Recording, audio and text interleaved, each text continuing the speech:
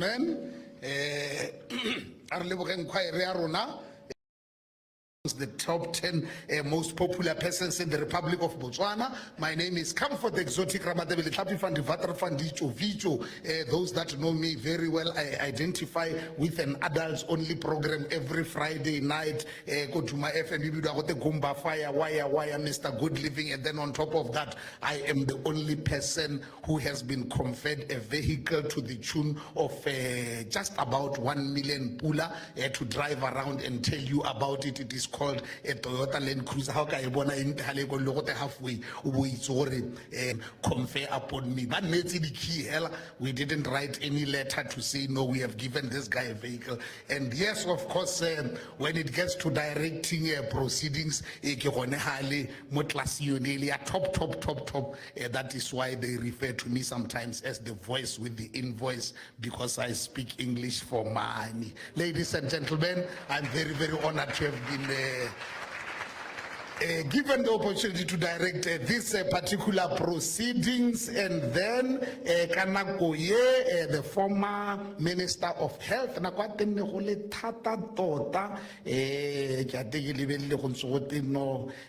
me, I'm afraid of being pregnant. They were not there when we were there. Wow, but the former minister, Professor Sheila Klo, to come and give us reflections and tributes in the context of the book that we are here to launch, and the former president. Your ladyship, Zwagalagamena, come to me.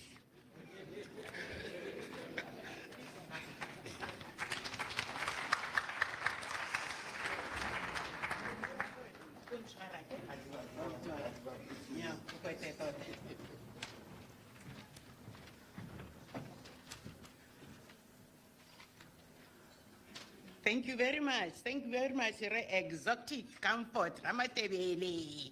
Yeah, we are cool, right? We've come here to rejoice. Let's be in that spirit. Yeah, where we are actually celebrating Botswana, the land that gave other countries an example of how to lead. We're also celebrating a life well lived. What he did, what other presidents are trying to do, and get into the Africa that we want.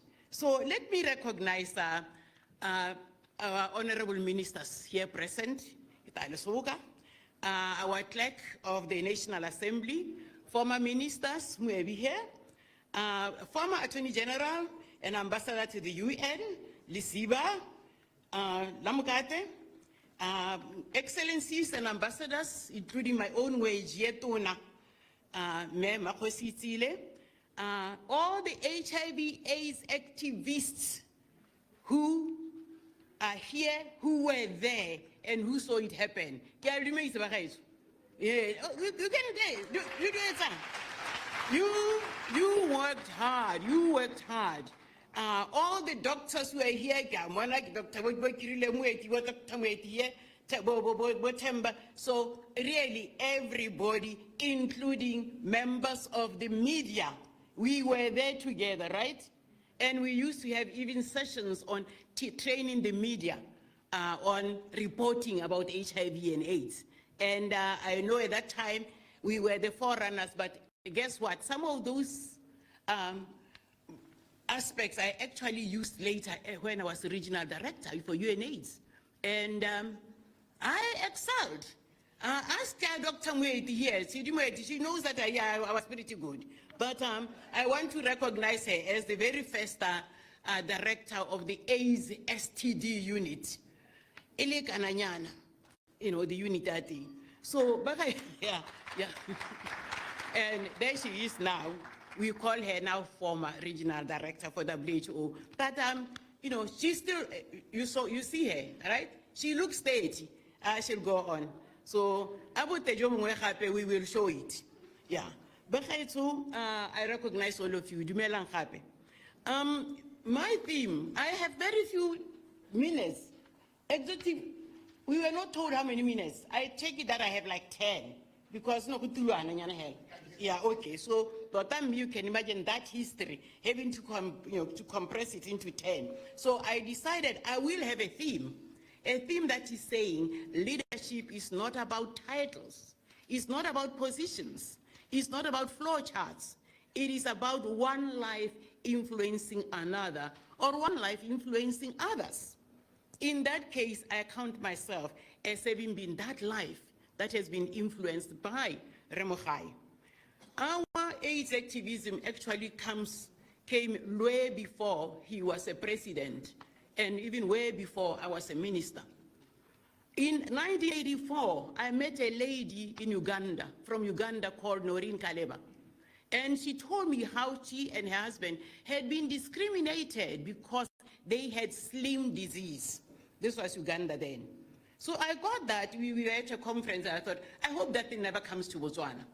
And lo and behold, 1985, we had the first case of HIV in Botswana.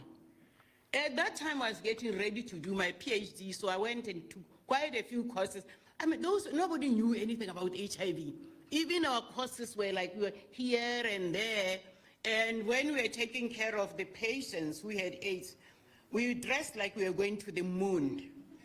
They literally didn't see us. So, I mean, that's how scared people were of that. The discrimination was there. Even here at home, people who were starting to die of that were being buried. You were not allowed to see that person. They were being buried right away, and almost something that was happening during COVID. So anyway, at that particular time, when I came back, I saw Mogae and told him that now I have a little bit of knowledge, and I'm going to be doing research, women and AIDS prevention. And we worked with Dr. Mogae, who was then at the thus formed AIDS STD unit. But Mogae was so interested in this research that he kept saying to me, what is now happening? And because it was a peer education, and we had planned it only for women, we wanted women to be the leaders because we knew they were the ones who were most affected. And he agreed with me. The one thing that this influence of mine was great about was he listened. Mogae would, he knew he was an economist, but he also knew that he cared about other things, and he would listen and be able to advise you. But most of the time, he was really, he took opinions and took facts, and he was able to say, go ahead and let's see what will happen. So it was interesting that then I told him that we are doing this project, but it's mostly for teachers, because we figured that teachers will also be able to teach students and all that. But he actually said to me, don't forget the banks. The banks have women right there, and they're also as vulnerable. And we're able to actually go to the banks, start the project, and even the Bank of Botswana. And that's how we then actually had a massive force of women who are ready to do AIDS activism. And indeed, 1994, there was a mother-to-child transmission. He had just become, he was now vice president, I think, and there was talk of mother-to-child transmission. We went to Canada because we had then just formed the Society for Women and AIDS in Africa, and he knew well about that. I told him, we'll be going there. When we come back, I'll tell you what they say in Canada about mother-to-child transmission. I came, and I remember they had actually just found that AZT, when given to women, would stop transmission, or at least reduce transmission from mother to child. From the airport, I said to my husband, take me straight to State House. At that time, he was already president. And he said, are they expecting you? I said, no, for HIV, he's expecting me anytime. So I got there, and I was able to tell him about this study. I said, your officers will tell you about it. And it was really interesting. He never said it was tried only on Thai people. He said, if it's working, we are going to do it. And you know, all of you, that Botswana was the first country to actually have the mother-to-child prevention program in 1998. The first country in Africa to do that. Yeah. But you see, that kind of influence and listening also really motivated us. We turned our Women and AIDS Prevention Project and then actually included working with grandmothers and mothers-in-law, because we knew we needed them to be able to support these women who could not breastfeed. And with that, I was able to also let him know. And, you know, it was really interesting that as we went along, at one point, he wanted me to be the national AIDS, he wanted to recruit me for when we had now had the National AIDS Council directorship, but it was not possible. However, the rest is history. I gladly agreed when he said, no, in 2004, come and be a minister, because I knew he had that keen interest and political commitment. In 2001, our African leaders had signed that they were going to devote 15% of the budget to health. When Mogae called me, I said, do you have 15% of the budget to health? Because that's the only way I can come. He said, actually, it's more than 15. And guess what? When you combined with the budget at the Ministry of Local Government, it was 20%. So I gladly came. And the rest of you do know how we were able to then push, work with civil society, do whatever, have provider-initiated voluntary counseling testing. And the results were, we brought down the rate of mother-to-child transmission from 28% to 8% within 4 years. Mothers dying because of HIV, that thing reduced by more than 50% because we were able to take care of them. And indeed, we were able to have more people on ARVs. Rolled out, in those 4 years, we rolled out to almost 80% of the people who were deemed in need of ARVs. We saw funerals go down. We saw the stigma against HIV go down, and we saw more people coming to say, I am infected, can I be helped? So it's a commitment, leading by example. You know, by that time, the National AIDS Council was in full force. But I'll tell you one influence that I had in there. One time, one thing, he was always present at the National AIDS Council. Not once did he miss a meeting. As a result of that, it was always full. Most of the time you came to the National AIDS Council and there were this many people. And you thought, it's because of the commitment of the leader. And I got to actually copy that, because when I became regional director, I found that some of the directors did not attend meetings for the regional AIDS group. Because I attended, I saw that grow exponentially to the point where I came in, there were only 20 people attending. By the time I left, it would be like 80 people attending that. And we're able to move and go to places like Malawi to work on stopping child marriages as a group, the whole United Nations group. But one example that I'm going to end with, to show Mogae's commitment, was one time we were coming from London. Actually, no, it was from the United Nations. But we didn't know that already when we arrived, the council was meeting, and it was meeting in Francistown. We came in, jet-lagged. There was already a plane getting us to Francistown. And I'm looking at him, so Malume,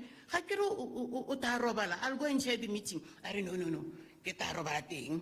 But now you can be talking and sharing the meeting. He was there throughout that meeting. We got into the meeting, he sat there.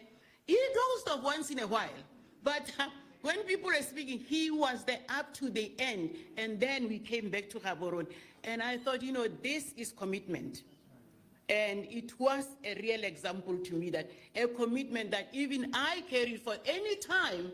When I later became regional director and I was tired, I thought of Mogae, and I would say, he would not be sleeping, he would not be slacking, I'm going to do it. So that's the influence he had on me. And the legacy is simply that he has been a true influencer, to many. He showed that commitment, and because of that, Botswana is still heralded as the perfect example of what happens when leaders care about the AIDS response. Not just the AIDS response, but the other responses too, the malaria, the TB, and all that. So I think I'll stop there, or otherwise I could say everything. But just to say thank you very much.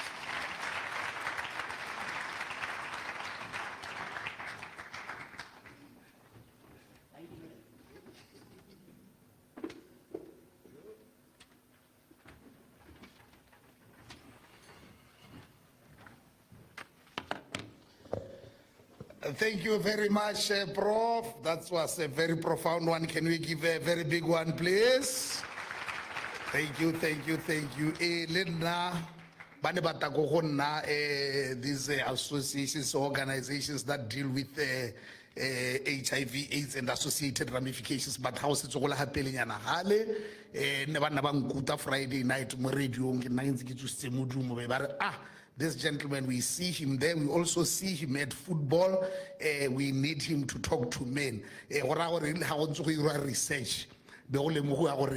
Apparently, safe male circumcision can contribute tremendously to the fight against HIV/AIDS. The Americans never like a tota. So be American embassy. So, my lordship, we are battling with this thing, and we have seen that you really influence men with how you talk, how you relate with them, etc., etc. We want you to be the voice of safe male circumcision. Okay, that's very good. Yeah, but are you? Because if you are not, you cannot go and tell people about that. Okay, hey, I'm not. Hey, I'm not sure. No, okay, no, we'll put together a package for your appreciation. The Americans. How about Takamuso? Bebataka contract 6 months. This 6 months contract, whatever you do on radio, talk to people, do outdoor broadcasting, etc., we are giving you $20,000 US a month. Okay? I can get a check out $20,000 US a month. It's about 220,000 pula. Can live in a contract.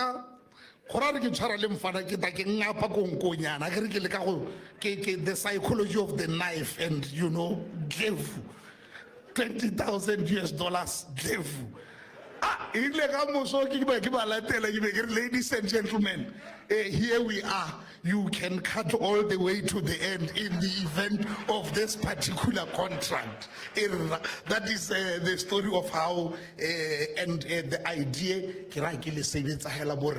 the idea of safe male circumcision over and above health ramifications. It is also ideal for the propagation of romantic ideals. Allow me at this juncture, ladies and gentlemen, to call to the stage Dr. Matsidi, Professor Dr. Mr. Big Fish. Yes, it's not okay. Dr. Matsidi Somweti, Regional Director, Emeritus, World Health Organization, Africa. Tsidi, come to me.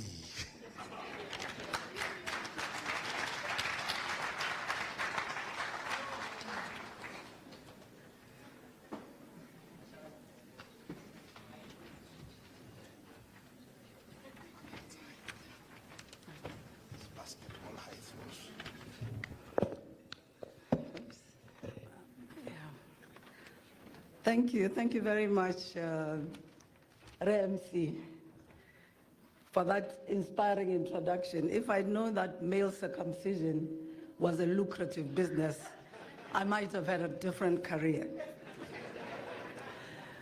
So, Honorable Ministers who are here, Honorable Minister Modise, Honorable Minister of Health,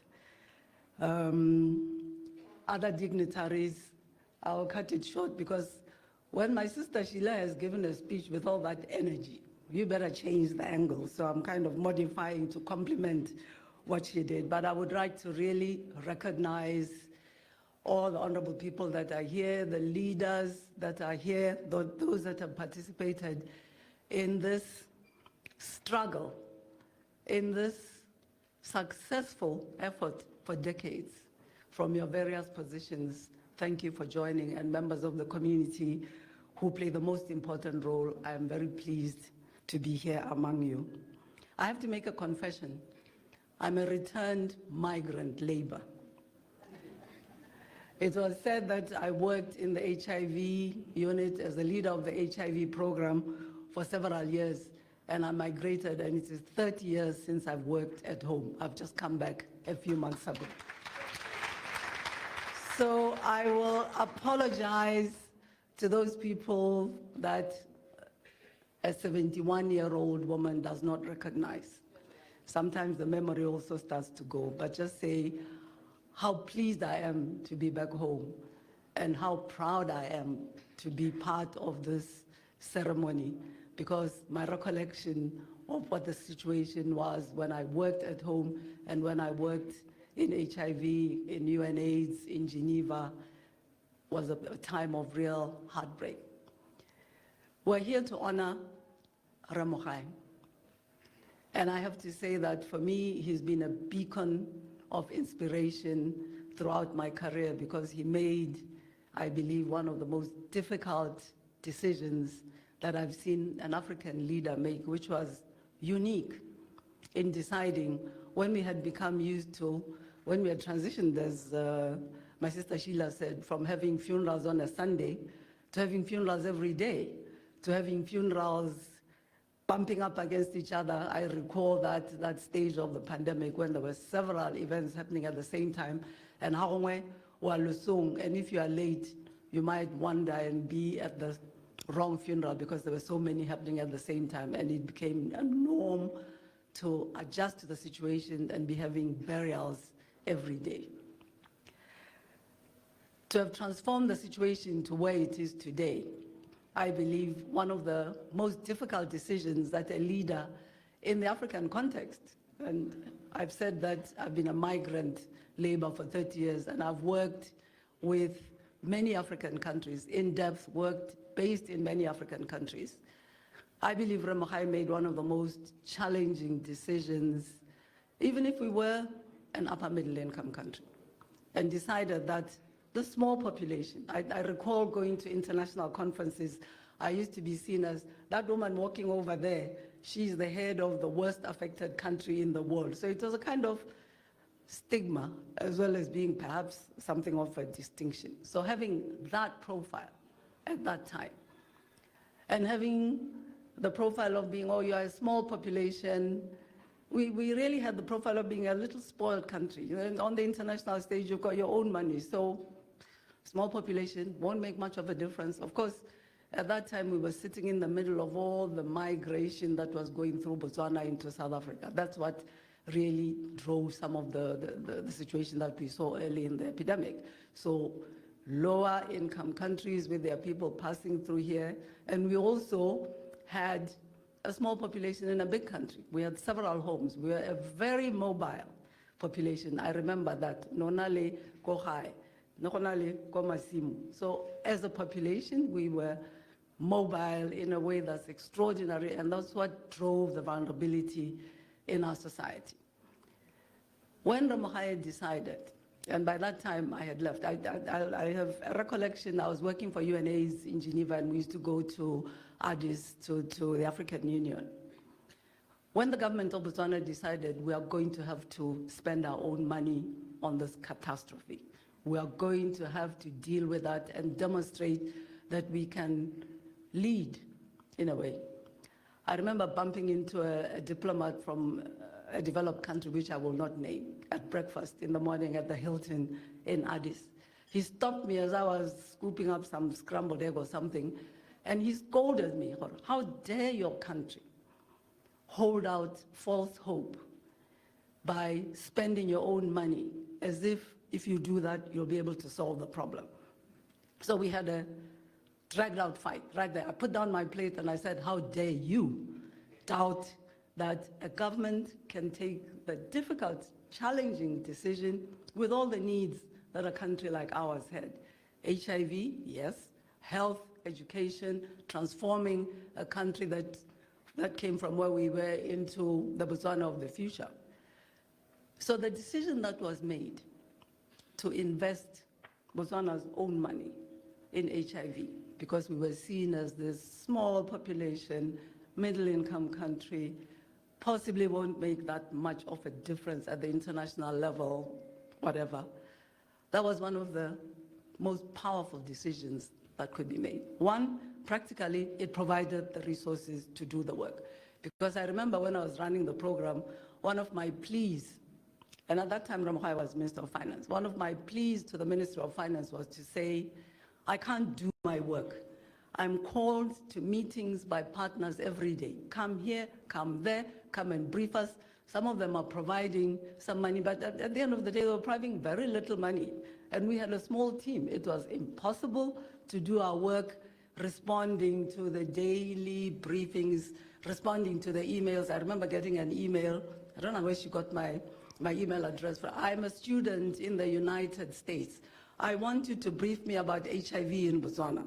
I was like, no, can't do any work like this. So we requested the Minister of Finance, and it was agreed to help us convene the partners once in every quarter. Convene them all. Separate meetings every day with different partners with hardly any financing coming in, too inefficient, spending a lot of time. So we had that mechanism created by the Ministry of Finance, and we were able to, in a way, with their help, with their very strong support in the program, kind of classify the partners. Who's doing what? Who's providing money? Who's providing technical assistance? Who's providing advocacy, mobilizing with us?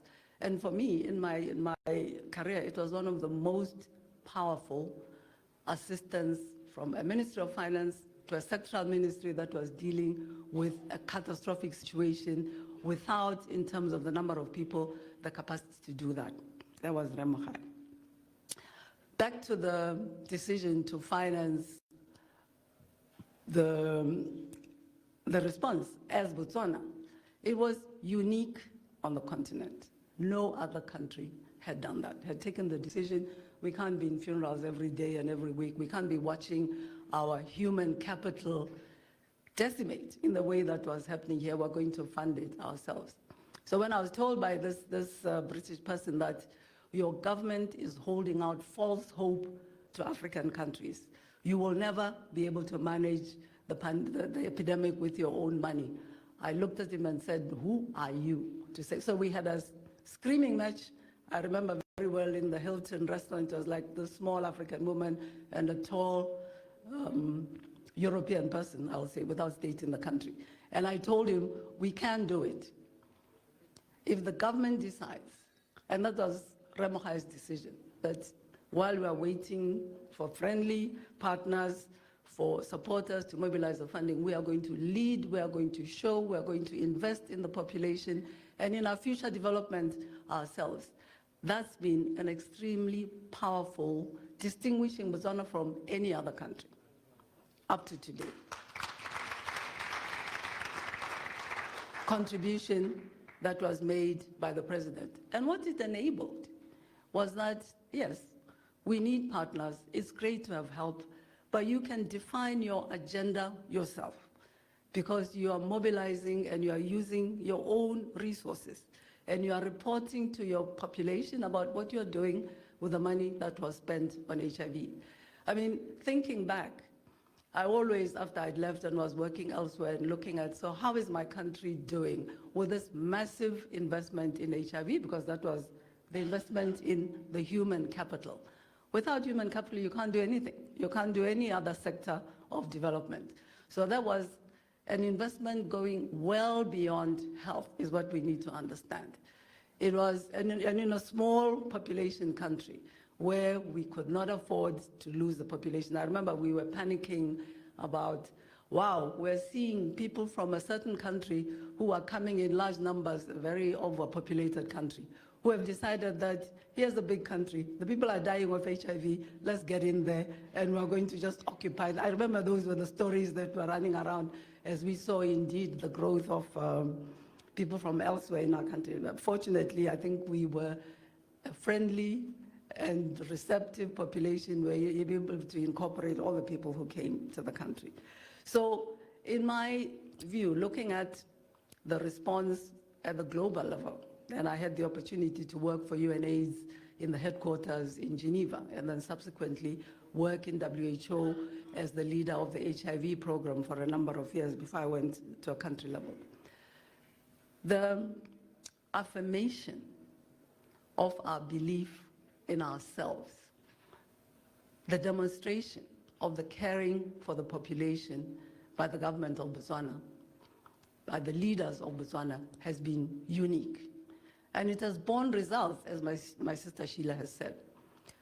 We have been able to come from that situation of funerals every day, 25% HIV prevalence, to a situation where now we can anticipate, and the Honorable Minister of Health is here, I'm sure he is working on that agenda, that we'll be able to eliminate transmission of HIV from mother to child in Botswana. I fully expect that that is going to happen with the kind of investment that has occurred and with the determination and the mobilization of different interveners, having taken the response from meetings in Gaborone to communities in the farthest place in this country, because we also had the good luck to have had a good primary healthcare system that penetrated throughout the country and also mobilized the community, as has been said, to play their part. So I fully believe AIDS-free generation, we're getting there.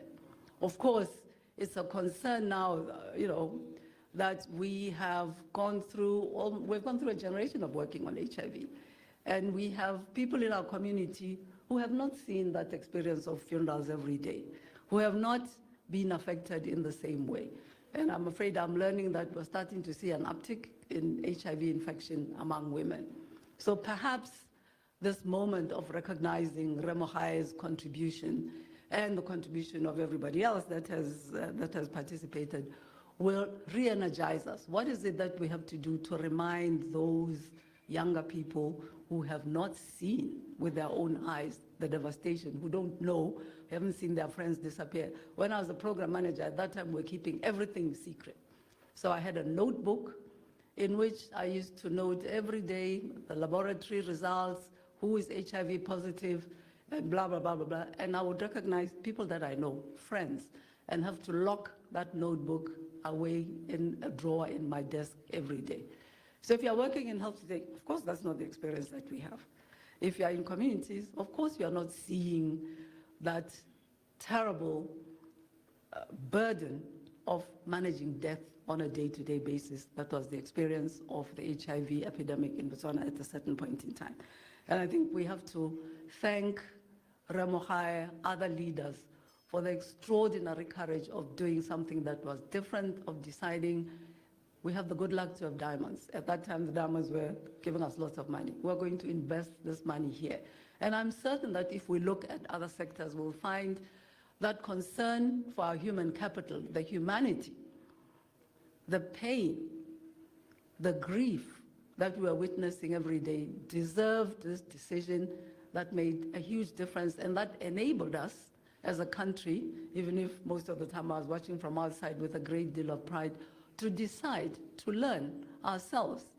Because if you are experienced with international development, now that I've retired, I can talk. If you're experienced with international development, you will find sometimes the government that is receiving financing from here, there, and everywhere has the least say in what happens. Because people make decisions. Sometimes I'm going to give you money for this, and I want you to do it like this, and I want you to do it there, and I want you to do it with these people.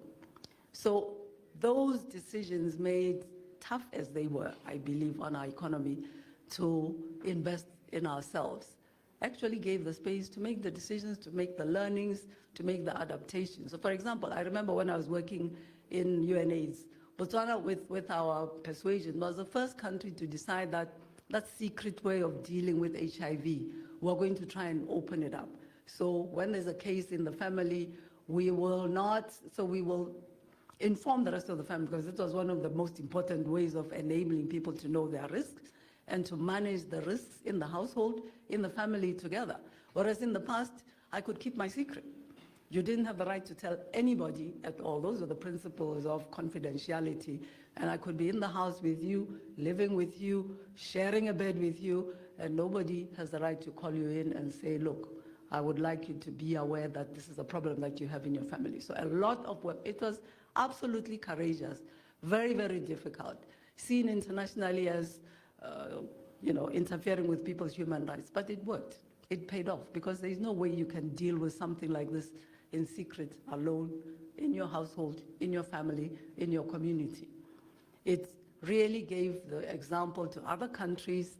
We used it in UNAIDS as a principle to promote, among other countries, citing Botswana's example in the government having taken the decision that we are going to have to do this, otherwise we're not going to be able to get through this.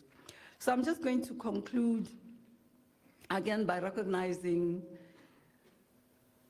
Mogae. If you have interacted with Mogae, the kind of simplicity, the openness, and if you've worked at the international level, you will know that simplicity and being able to talk to everybody is sometimes not a typical way in which people in the most senior positions behave. I had the very good fortune when I was campaigning to be the regional director of WHO, that the president at that time assigned the role of helping me. Sheila was part of the help to Mogae. So Mogae went to the African Union. I went along with him. He sat in the high-level people's lounge. Mogae sat down. All he had to do was be in the room and sit down. And the campaign was done. Lots of people came to say, hello, what are you doing, blah, blah, blah. At that time, he was no longer the president, and he was like, I've got a candidate.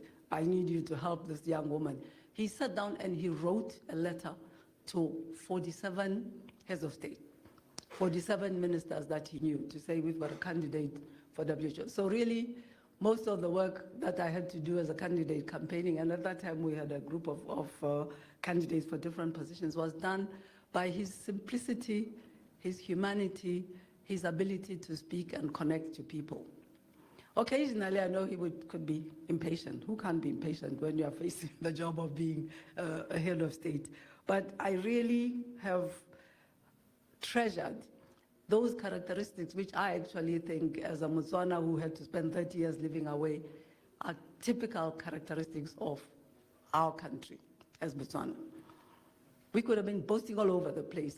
I'm reading sometimes from young people talking about how we promote our country and seeing that now that communication is mechanized in ways that are amazing compared to a few years ago, we are saying more about what we're doing.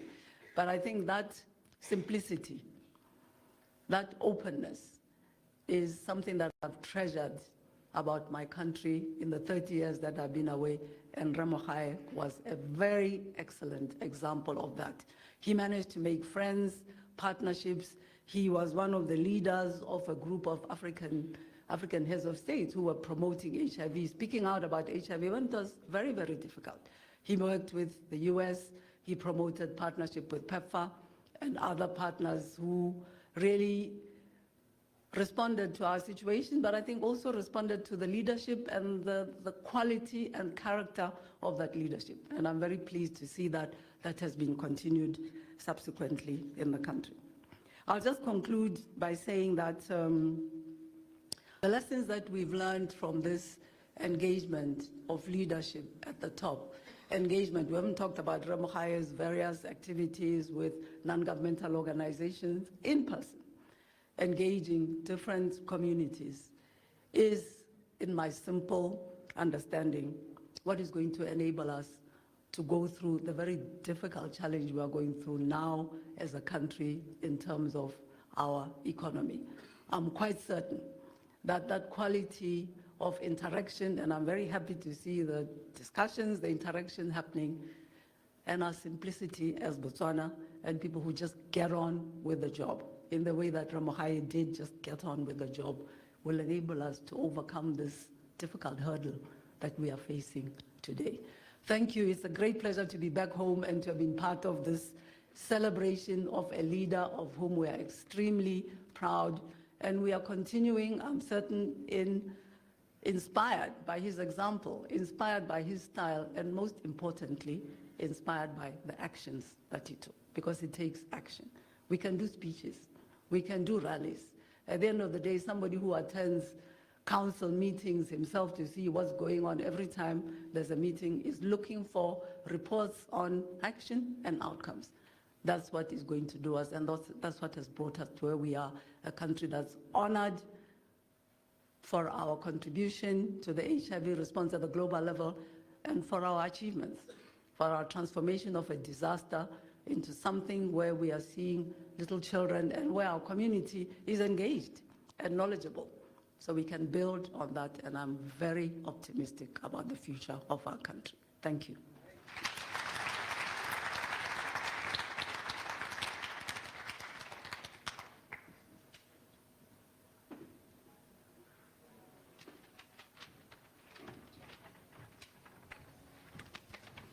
Bandits on the microphone, but the basketball height is inconveniencing this thing by going up and down. Let's give a very big one, please, ladies and gentlemen. Yeah, I guess I like I really need to go to school because it's a director, for example, yeah, now the director emeritus. Emeritus Bishop Desmond Bishop. Thank you very much, your ladyship. She said she's 71.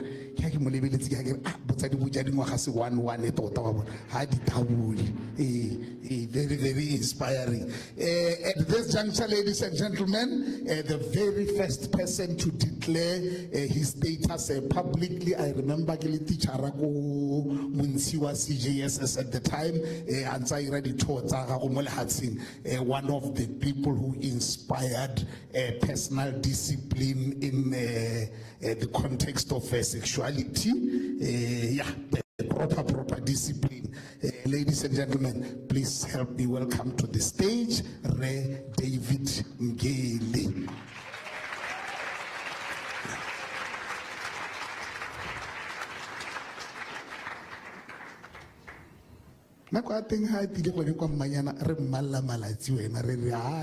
Why did I choose? Yeah, here he is now. 4 years later, my Lord, my Lord, my Lord. I give him now. Hey, I give out.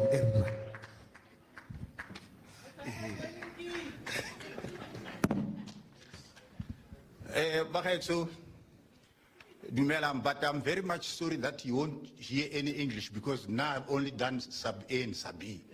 So bear with me. I recognize in me Shilato and the other ones. Lelo Nahela, Badelinti. I get la one hours for us, Kwasa Pal. Yanum Bages, Kilebohatata Hore, Kibiki, Bonisuba Kariana Sehore. Keto hubua kana David Chezao Ngel. Yanum, today I'm 75 years old.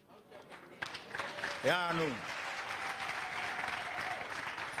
Ke batla gore ke le bontshe tsela e ke itsering go ithela ke kopana le re ra rona Festus Mogae. Nna ka bonna ba getso I tested ka ngwaga wa 1993 on the 17th of April. Ke le kwa Ramatlabang. The result ka nako e ne dita moragonyana ga nakonyana. On the 28th, the result tsa ta be dire, hey David, you are HIV positive. Ke bolela ke nne se mongwe le moshimane a le ko Ramatlabang go tintumela. Hey, then I started to hold my head. Ele gore ke ne ke follower CCTV. I lore ba mo ba ke ba e bona. That CCTV leon ilia ya ga kare me ha ile gore I can be found be positive. Ke tshwantse go latela se filo tires di dage ke so se sileng sampha tutonyana kana go eno. Mirile ntumela nga sena mpolella di result ba getso.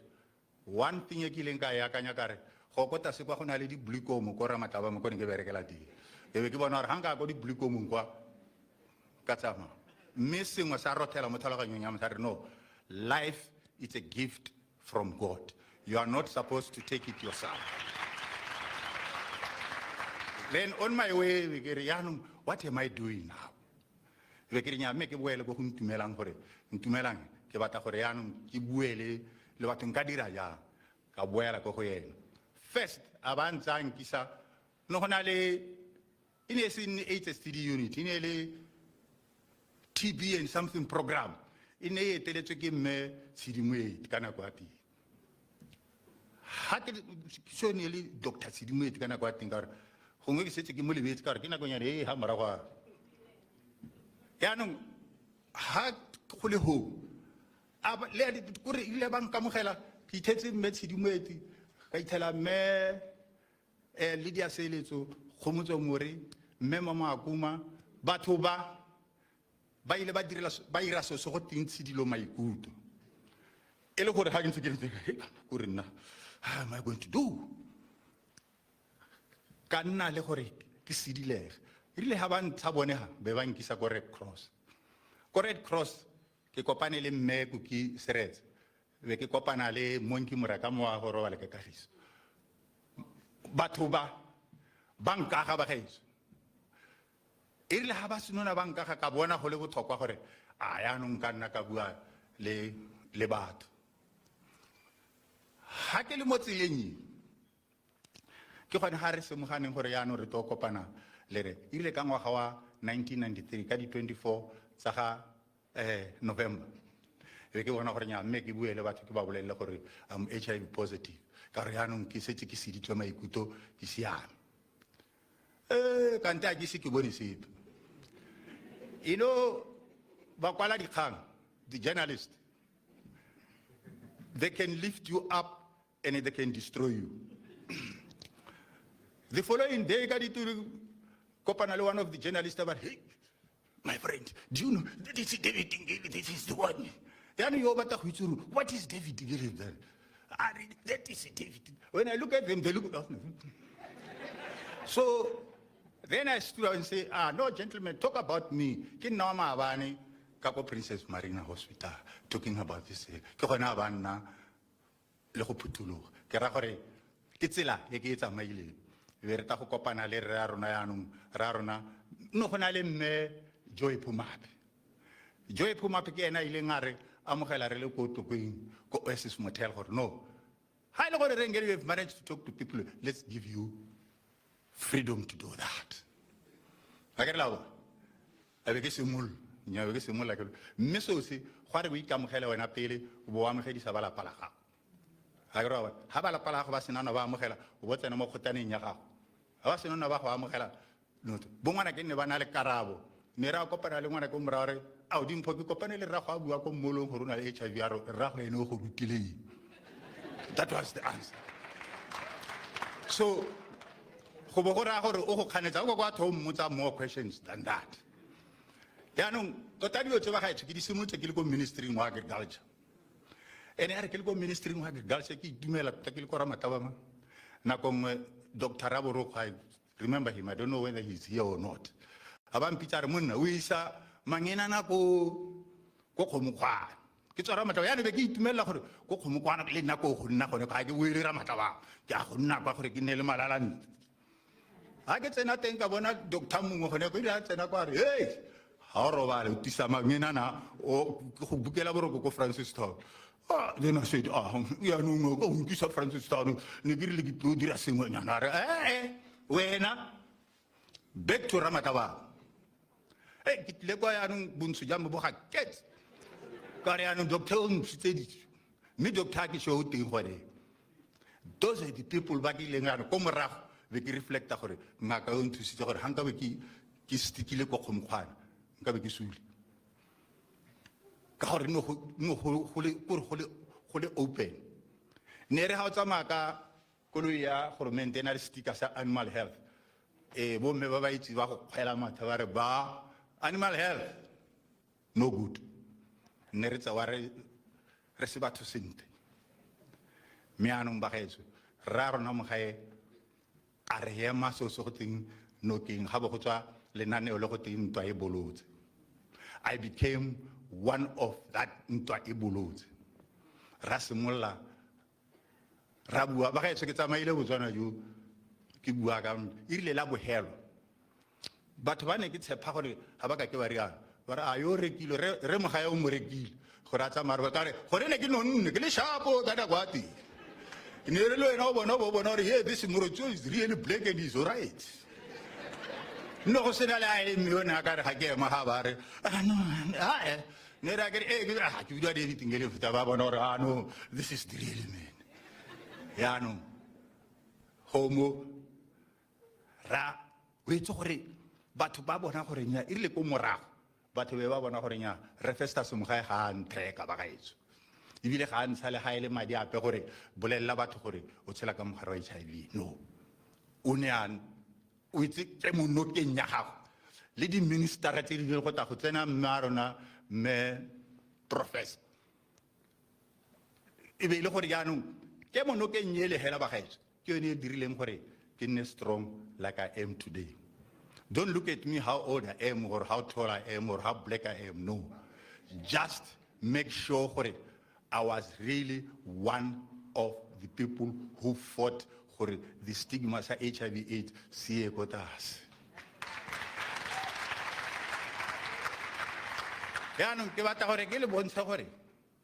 Doctor ne ke bua ka ena ke disitseng gore ke se ke ka nna le malalante ko. Video doctor akwa nya ema hela ntsala little more Dr. Vincent Masu agana ke nna go khomukwa nka be ke rekile Hilux tse dinte ke le go khomukwa but abagana me today I can say gore he saved my life but you know he did not know that he saved my life. She did not know how she saved my life. I was in Mexico. Really, 13 countries. The global network of people living with HIV/AIDS. Nearly European, European Kanakwati. Reveritary change. We are 13 countries here, which means it's no more European what? It's now a global thing. I was one of those. Yeah, no. Kadi 24, May, 1994, the African Network of People Living with HIV/AIDS in Kenya and Mombasa. I was part and parcel of that. But I was parcel and parcel of that. So, bagay so ke batao hetsa ka hore ha ne le gore dio tse ke na le tetla ke itumella gore nka be ke bolella batho gore modimo o nthatile go nthata ga modimo ga ke re gore ke bothale ja gore ke saswa kana ke sampe ke le teng ka gore malobane ke le mo Gaps FM yo mongwe ba botsa gore a re ngelo sampo tshela ba bona so bagay so ke teng sampe hela ke tshela le lona. Ya no ne ke eleditse gore Minister of Agriculture ha ne le gore ba teng ha to understand ibile be ba bone gore I'm still the product of the Minister of Agriculture ke sampe ke rata go lo go ka re dilo tse tsotlhe tse ke di semolletse ko ministry ya no this book ya ga re mo ga ba gaetso nya it's not the book ga ke yo ha ne ke le hileng ke be ke le tsholeletsa le bone gore this is the really book that we need. Gore our new generation should come. They should read this book. Why are you reading the Bible every time? And it was written 2,000 years ago. But the very fail about the HIV/AIDS in this country. That is the question that you should also ask yourself. But you are reading the Bible every night or even in the morning. Janong bakaiso ke batla go itumella the people who lived with HIV/AIDS during those days. Go na le nako nngwe nyana mongwe wa phiko na bidiwa The Beauty and the Beast. If anyone knows that the voice ka le today nna ke sampe ke na le yona ba bitsa motho yo biditseng the international women of living with HIV. It's international, but she managed to bring it mo Botswana. But during that time, the stigma and what, she was called the Beauty and the Beast. If anyone remembers that, you must remember that. Yaanong bagaetso, inarena kong ke bona a 12-year girl. The 12-year girl asked me, what is your name? Say, no, David Ingel. Or how old are you? Hey. Before she asked me how old I am, she said, when were you born?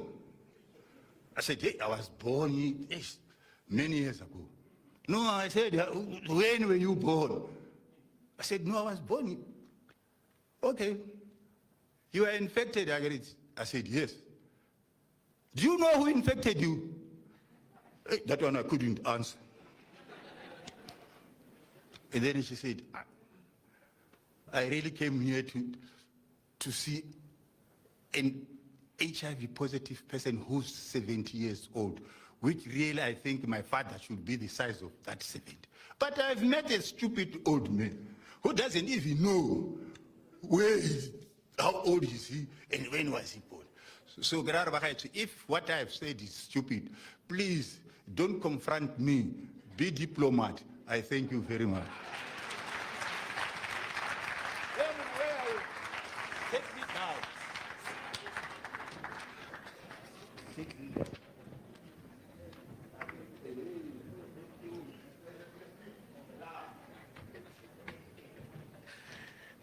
David Ngele, ladies and gentlemen, Mushabekale Kofi.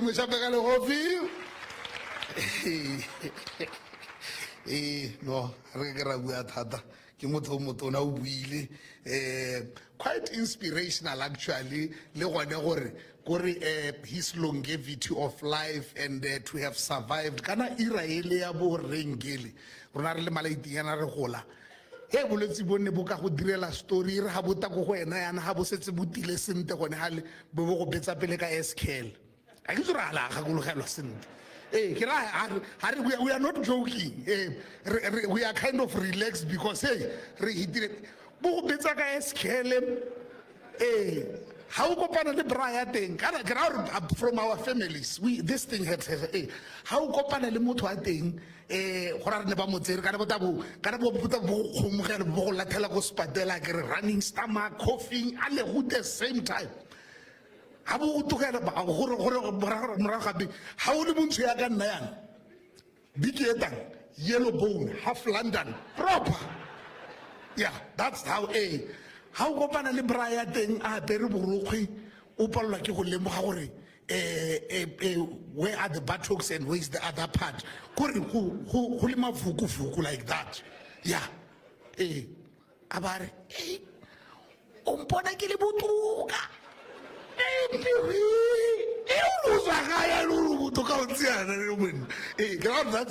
that's it. So to see this longevity of life, my lordship, it inspires le ba eleng gore gongwe ba ka kopana le mogare ba ntse ba le batona yana. It actually inspires gore tota hela dilo tse ke go ithokomela hela and for that ke kopa gore re ngele le go file le tona batsadi.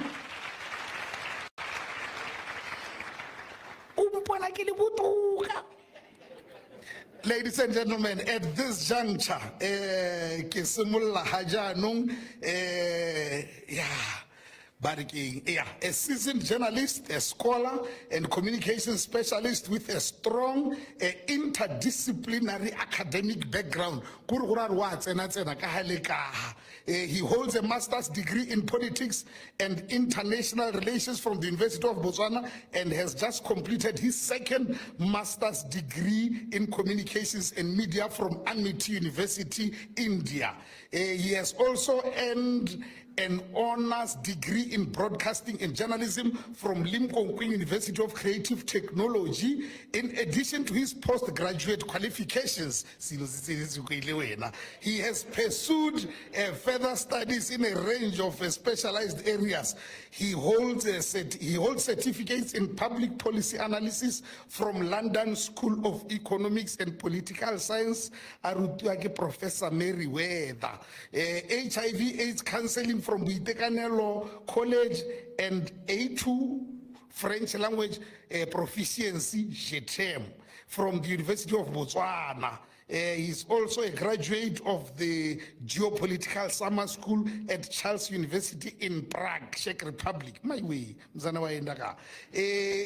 His work and research interests span politics, international relations, public policy, media, and development. He brings to this, to his writing, a blend of analytical depth, investigative rigor, and a passion for storytelling rooted in real-world issues.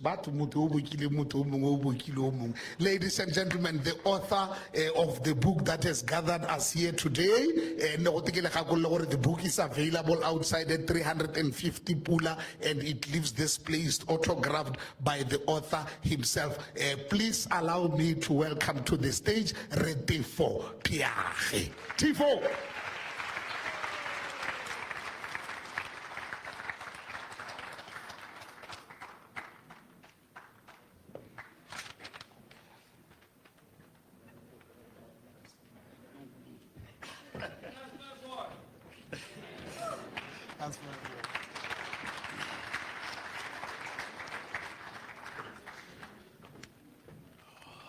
Thank you very much, Master of Proceedings. The greatest injustice you can ever get as a journalist is to be requested to be in front of the cameras, because we are used to being behind. So I find myself today at a discomfort, but I will manage. Okay. Good evening, ladies and gentlemen. Please allow me to ride on the protocol that has already been observed by the previous speakers. It is with immense gratitude and humility that I welcome you to this special occasion, the launch of my book, Mogae's Battle for a Nation's Survival, inside how Botswana waged war on HIV and AIDS. This book records one of the darkest yet most defining chapters in our nation's history. In the late 1990s and early 2000s, Botswana was staring into an abyss. HIV and AIDS, discovered in 1985, was not only claiming lives, but also threatening to erode the very foundations of our society. At its peak, the disease was tearing through families, crippling the economy, and robbing the country of a generation. Prior to that period, Botswana's health and demographic indicators painted a picture of a nation on the rise. But all that shifted dramatically as the epidemic hit our shores, collapsing our gains almost overnight. In the early stages, as often happens in health crises, there was a regrettable tendency towards a blame game, with responsibility often shifted rather than decisive action taken. Former President Sekitu Masire, in his memoir, Very Brave or Very Foolish, at page 237 to 239, candidly owned up to his government's missteps in the early days of the epidemic, calling it perhaps his greatest regret. Please allow me to quote, "During my time in office, our failure to deal with HIV and AIDS in an effective way in the early days of the disease arose from judgmental errors. It is one of those things I wish I had handled differently, and it is perhaps my greatest regret."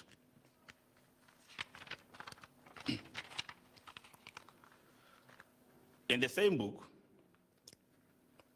Ramasira praised his successor, President Festus Mogae. Please allow me to quote, "The way President Mogae has taken very active leadership is a great credit to him. He has correctly seen the issue as a very broad-based political and social one, not simply a medical or health problem. He has spoken out regularly and forcefully about the realities, and he has also been very effective in bringing partners from other countries to assist in combating the disease. I just regret I did not do more when I was president. Close quote. This book chronicles Botswana's journey in the fight against HIV and AIDS.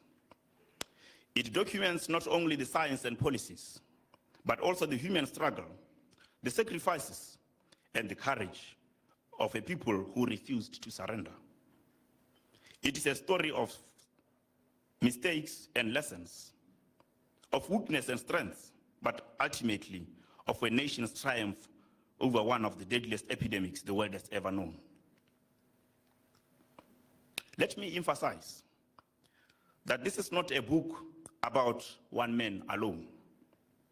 It is about the doctors, the nurses, the civil society activists, international partners, and ordinary Botswana who stood shoulder to shoulder in that battle. Had it been possible, and had my book designer agreed to my request, the cover and inner pages of this book would have carried the names and faces of all of you, the HIV and AIDS war veterans. I wish to assure you that this book is well researched. I read extensively, immersing myself in a whole panoply of both primary and secondary sources, which included authoritative studies, official government reports, Hansard records, newspaper reports, and scholarly journals to lend utmost credence to my work. This is not to mention the interviews I conducted with experts in the field, both in person and via the inbox route, and who included doctors, public health officials, and people living with HIV and AIDS. Health storytelling is never an easy task. It can easily be weighed down by jargon, data, clinical detail, and may be found boring. The biggest challenge for me, I must admit,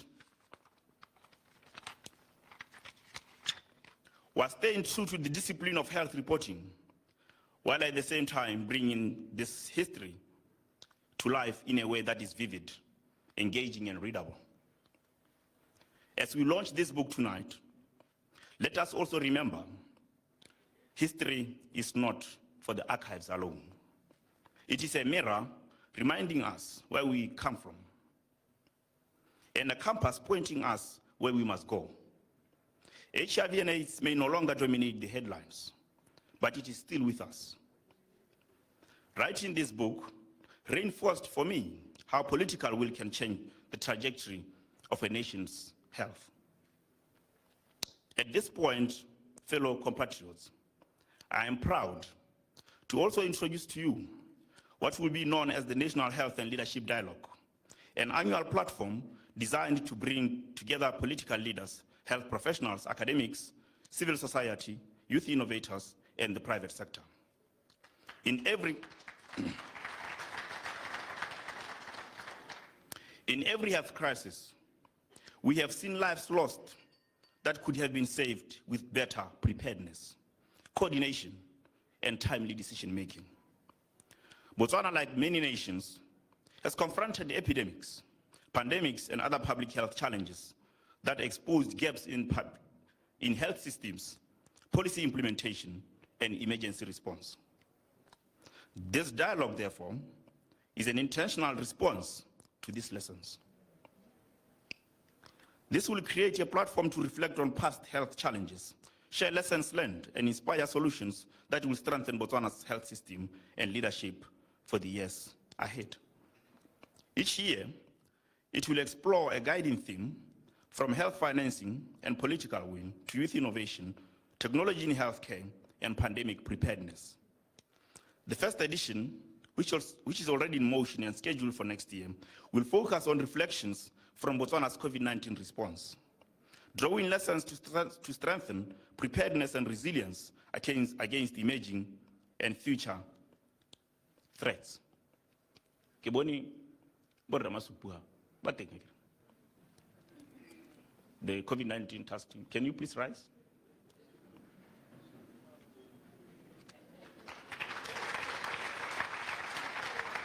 I thank you. I thank you.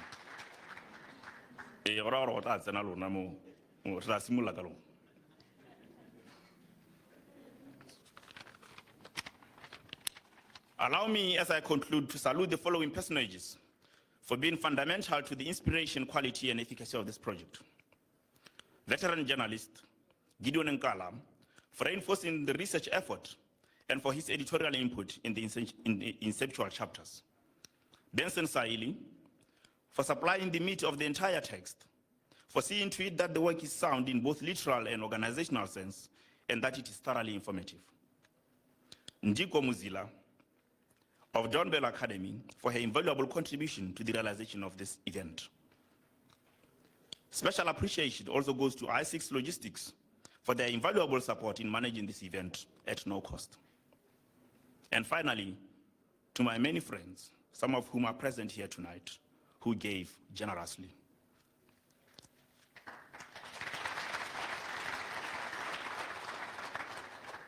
I hope you will not be coming back to me to ask for kickbacks, as is often the case in politics.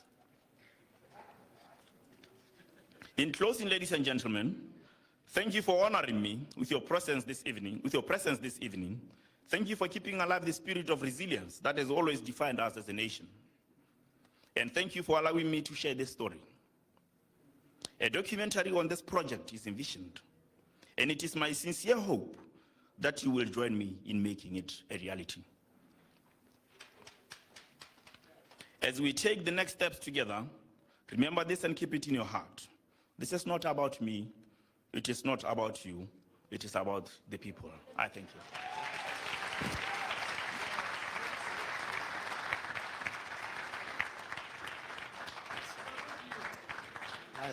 Nice one.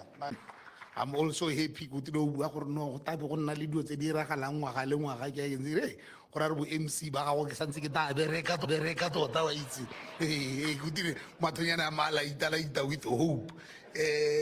And tota hela the thing that touched me about how you recited your speech ke gore you read it exactly the way I wrote it for you, my man. Aye man. Erra, you my man. Aye man. Erra. Okay, ladies and gentlemen, at this juncture, let's call Melody Creatives. Melody. Is it melody or melody? Kana some of us are Botswana from the diaspora. I come from the country where originally Robert Mugabe comes from. So sometimes it's one going to latikeli la making things lively. Making like it legally can't do what thing. I know it's gonna do a Motswana got the pampir proper. Chinese from the diaspora. Hey, thank you. Hello, ladies.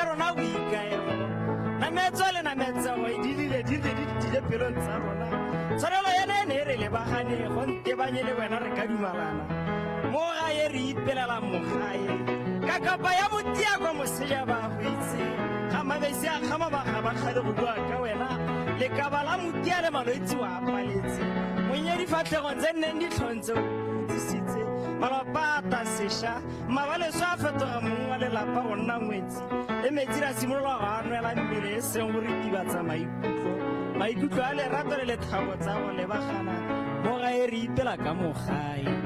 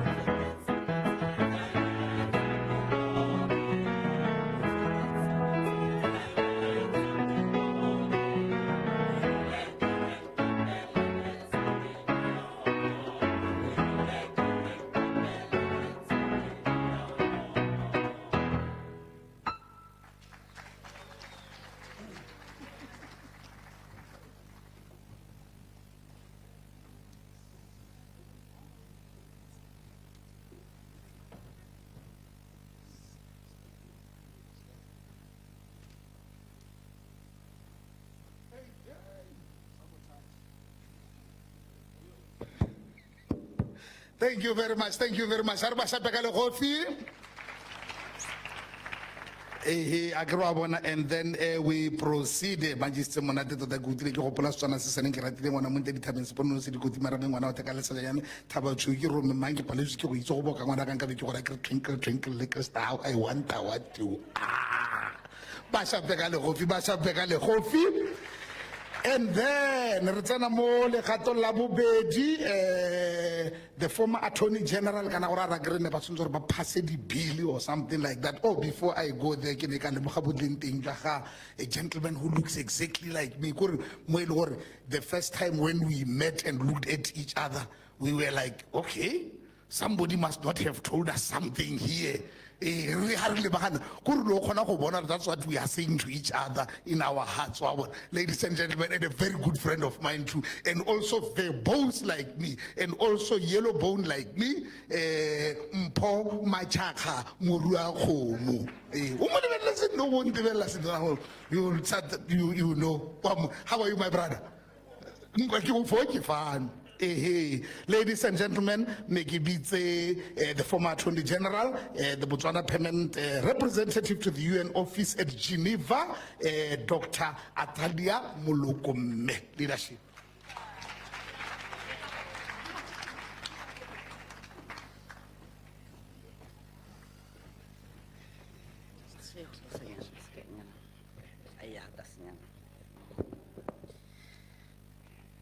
Yeah, ke a leboga big fish. Ke ntse ke mo manya ke re big fish go bosigo. Big fish ga isa alati santsa at launa mo go re khathang rothe mme.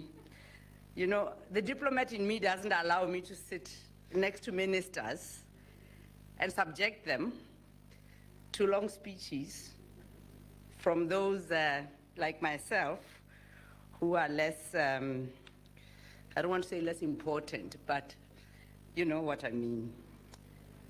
Honorable ministers here present, Remuluti, Dr. Modise, the clerk of the National Assembly, I don't know whether he's here. I wasn't given an order of protocol that I can 100% be confident about. Senior government officials, members of the diplomatic corps, former director, WHO, Afro, my good sister, Dr. Sidimweti, Professor Shilatlo, my two Kalian sisters. I'm so proud.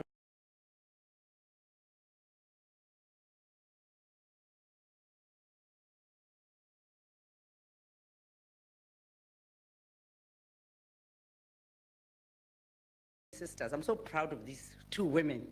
May I want to add a third one, Joy Pumapi. These are, they all went to St. Joseph's College. Bone ke bonkgono, ke maseniara. Judge designate of appeal, Advocate Sydney Tepito Pilani. I recognize you, I recognize the author of this book, Re Tefo Piache. Congratulations. And do forgive me if I did not mention someone in particular. I was not, as I said, given. This is a disclaimer, a complete order of protocol. As I said, I prepared a few remarks, which I think I will skip because, as I said, I would not like to subject honorables to a long evening, to them listening to us and saying their words so much later. But it is a distinct honor to be here this evening at the launch of the book entitled, and I quote, Mogae's Battle for a Nation's Survival Inside How Botswana Waged War on HIV/AIDS, which is being held under the very fitting theme, Remembering the War, Renewing the Vows.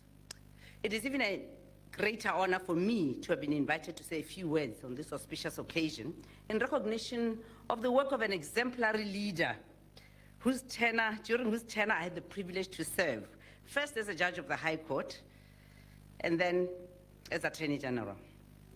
I therefore would like to start by thanking President Mogae in absentia. Cheza is here. She will deliver the message, for his stewardship of the nation's affairs, which catapulted our country into middle-income status within a short period of time, and the confidence which he reposed in professionals such as myself, irrespective of age and gender, to serve this republic. It was a pleasure, I must tell you. I think my sister Sheila will share this. It was a great pleasure to work under Mogae and his team of dedicated cabinet ministers and other public officials, to learn from him personally. On our route, all the time, on our route. On our saizapi. To learn from him about the importance of leading with integrity, tolerance, meaningful consultation, and humility, on the one hand, while being firm and decisive on the other. Please forgive me, for I know I was not invited here to praise Ranametsu, but he has been praised because he deserves it. But to focus on the contributions he made to the global fight against HIV/AIDS. I recall the pleasure of advising a listening and yet engaging leader, and how he was interested in legal advice beyond technicality and focused on what was morally correct. He always said, AG, that's the law, yes. I understand the legal analysis. I do hope that it is also morally correct. And I admire him for this. So, Mogae's legacy extends far beyond HIV/AIDS. So I wanted to just place this on record before proceeding to the subject of this evening, which I now hasten to do, and hope I will be as brief as I intend to be, because as I said, distinguished guests, ladies and gentlemen, at the risk of stating the obvious, President Mogae's contribution to the battle against HIV/AIDS goes beyond the borders of this country, to the regional and global spheres, and my good sister, Dr. Matshidiso Moeti, has shared some of this with you. This was made possible by his broad outlook on development and deep awareness of the importance of Botswana engaging actively with other countries in multilateral solutions through, among others, the UN and its agencies.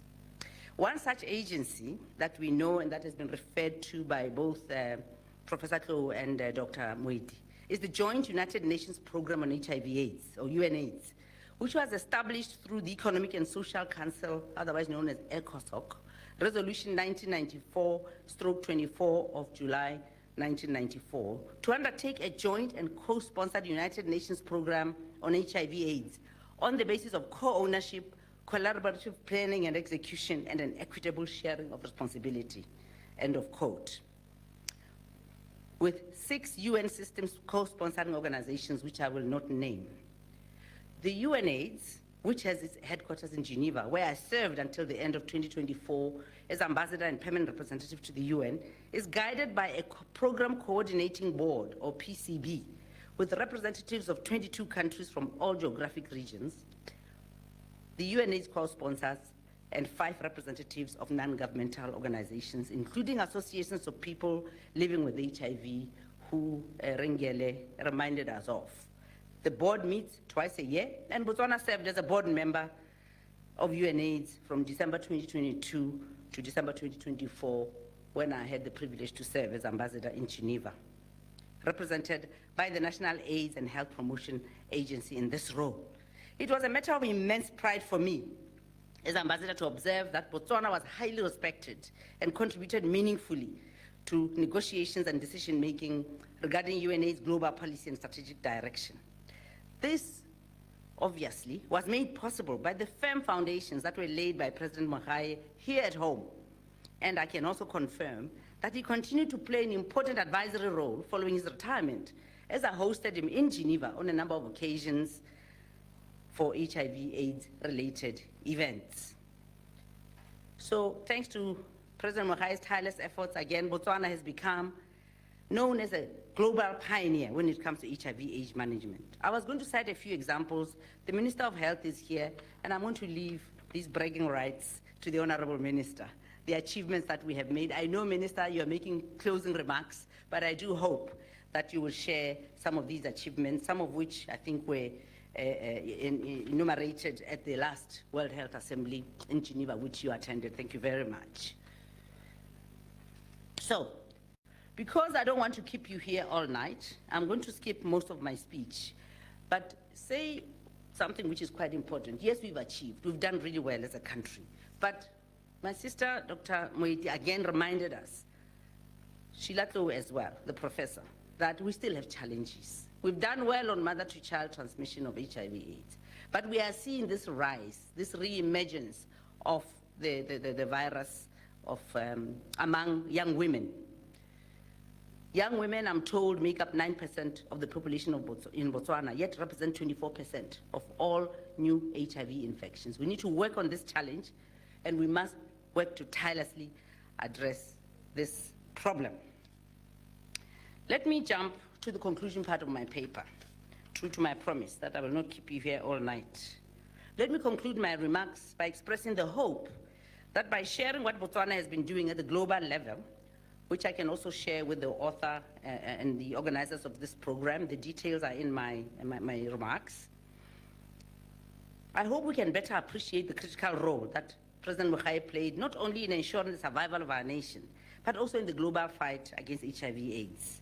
We are proud of Mogae, and we thank and commend the author of the book, Mr. Tefo Phahe, for bringing your achievements to light in this publication. Ra leboga. Author, we thank you also for your remarkable speech, which you shared with us, and I'd like to join those who've spoken before me in expressing optimism about the future of Botswana. There's a lot of negative vibes going around, which is based on such solid foundations as laid by the likes of President Mogae. I am confident, like those who've spoken before me, that this inspiration will continue with our current leadership, who have shown a commitment and determination to deal with the challenges that the country is facing. I think the recent actions that we have seen the President conducting on the medicines, the medical supplies, is something that is extremely encouraging, and we would like to commend him and his government for that. I wish our leaders, as I end, and the nation well as we navigate the many challenges that we have, but also continue to be the optimistic and very, very, brave country that we have always been. Thank you for your attention.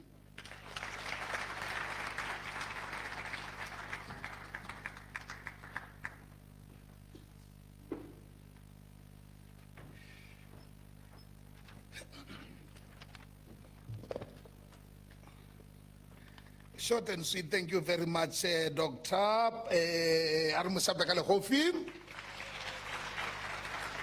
And then in that one, Dr. Modise ke tata ke go bona ke rene ke go bolela kgantele gore ke tsene ya mo safe male circumcision ga ipusha gore re ke te ke go bone concern ya these imaging numbers and my lyrical gymnastics and my ability to motivate change. And the people are here, the sponsors are here. So I'm coming, my lord. I get the ladies and gentlemen, allow me to call to the stage the chairperson of Bokongo, Botswana Council of Non-Governmental Organizations, Madam Cindy Kelly.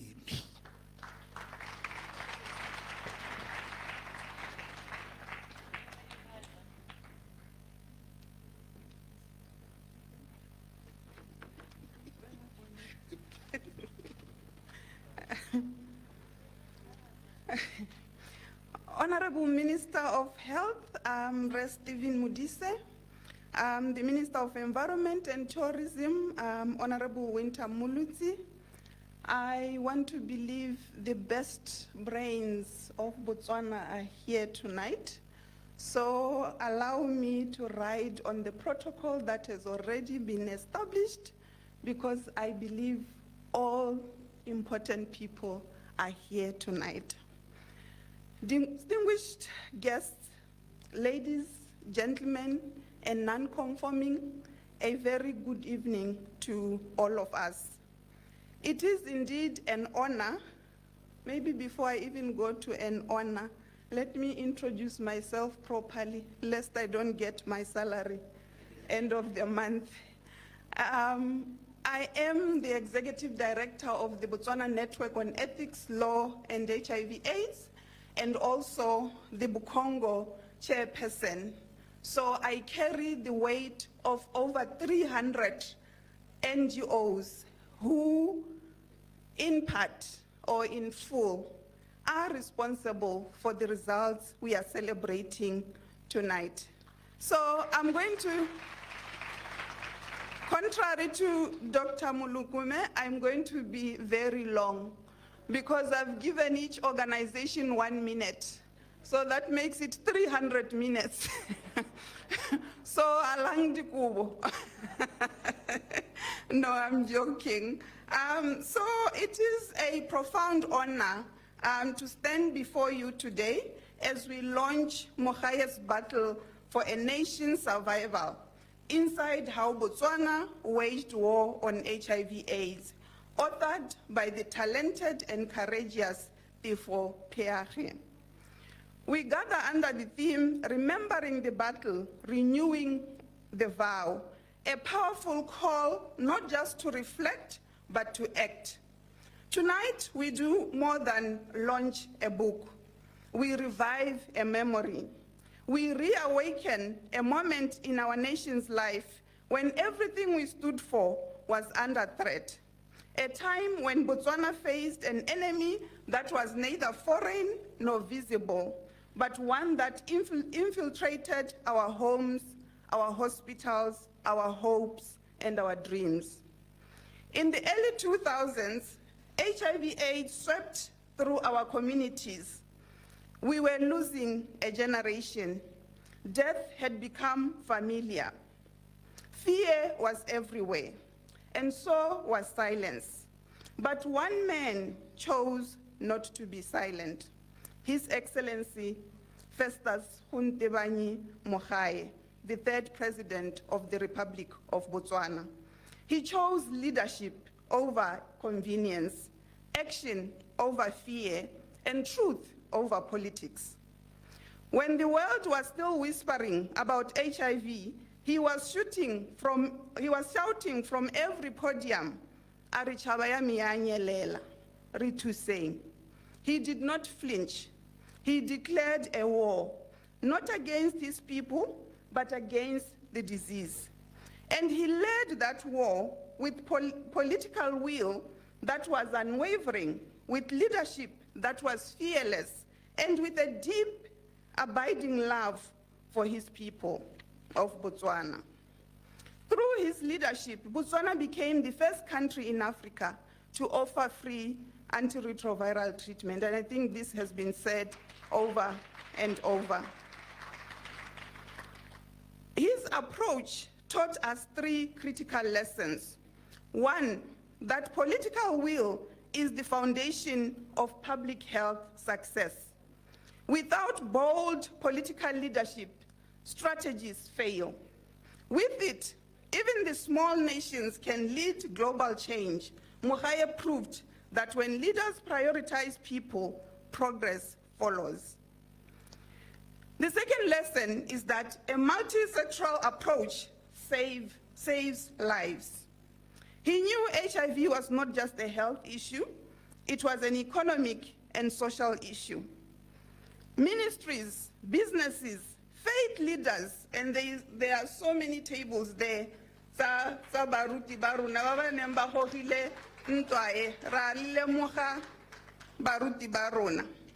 Traditional leaders and civil society organizations, we saw a united front against a common threat. The third lesson, community leadership, is the backbone of sustainability. He empowered communities not just to receive services, but to shape them. Peer educators, village health committees, and local champions became warriors in this national battle. These were not just policies, they were acts of survival, and they worked. The fourth lesson, a human rights approach is a critical enabler. For the first time, we openly talked about difficult conversations we've never had before. We talked about men having sex with other men. We talked about Bo Siantu. We talked about a number of issues. Discussions which challenged our cultural and our religious beliefs. But through it all, there was still cohesion.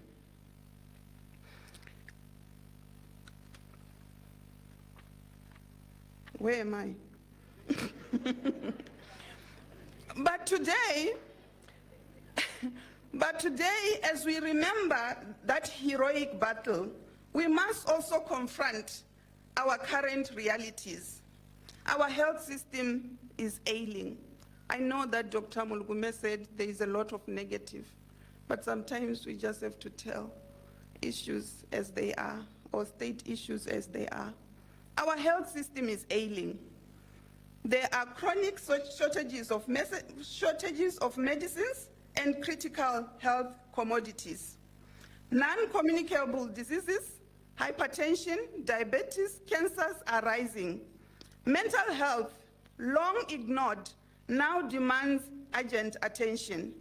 The hard-won gains of our HIV response are under threat, not from the virus alone, but from weak systems that can no longer carry the weight. We appreciate the recent declaration of a public health emergency by His Excellency, the President of the Republic of Botswana, Reduma Gideon Boko. It is a necessary and commendable first step, but we must be clear. Declarations are only the beginning. We need reforms. We need investments. We need a bold vision for health that echoes Mogae's courage, but meets today's complexity. We must renew our vow. The war is not over. Bias 5 says over 2,200 new infections a year. So we must renew our vow that health be prioritized, not as a luxury, but as a right.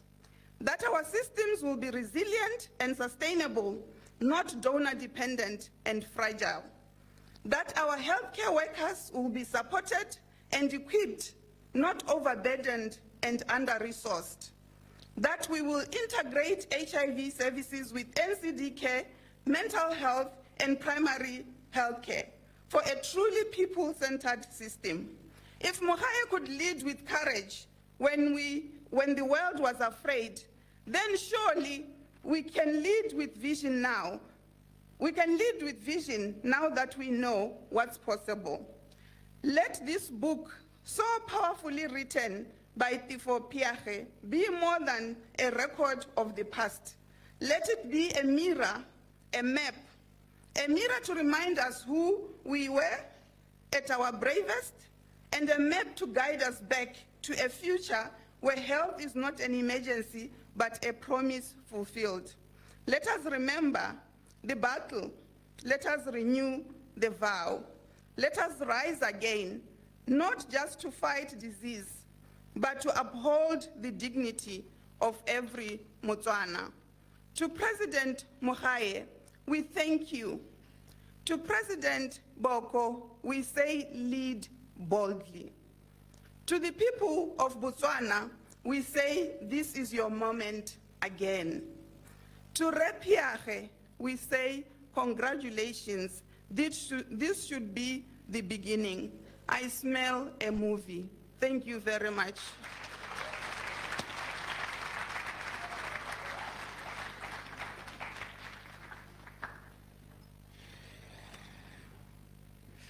Thank you very much, Madam Sindu. America lead union somewhere in the past. You have that thing, you know. Yeah, your speech is quite inspiring. Now at this juncture, ladies and gentlemen, the then special advisor to President Mogae to come and share a special reflection and congratulations on your appointment of yesterday, Advocate Signi Pilani. Leadership.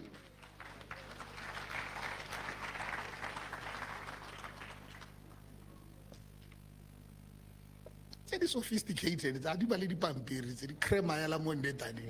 Legalese.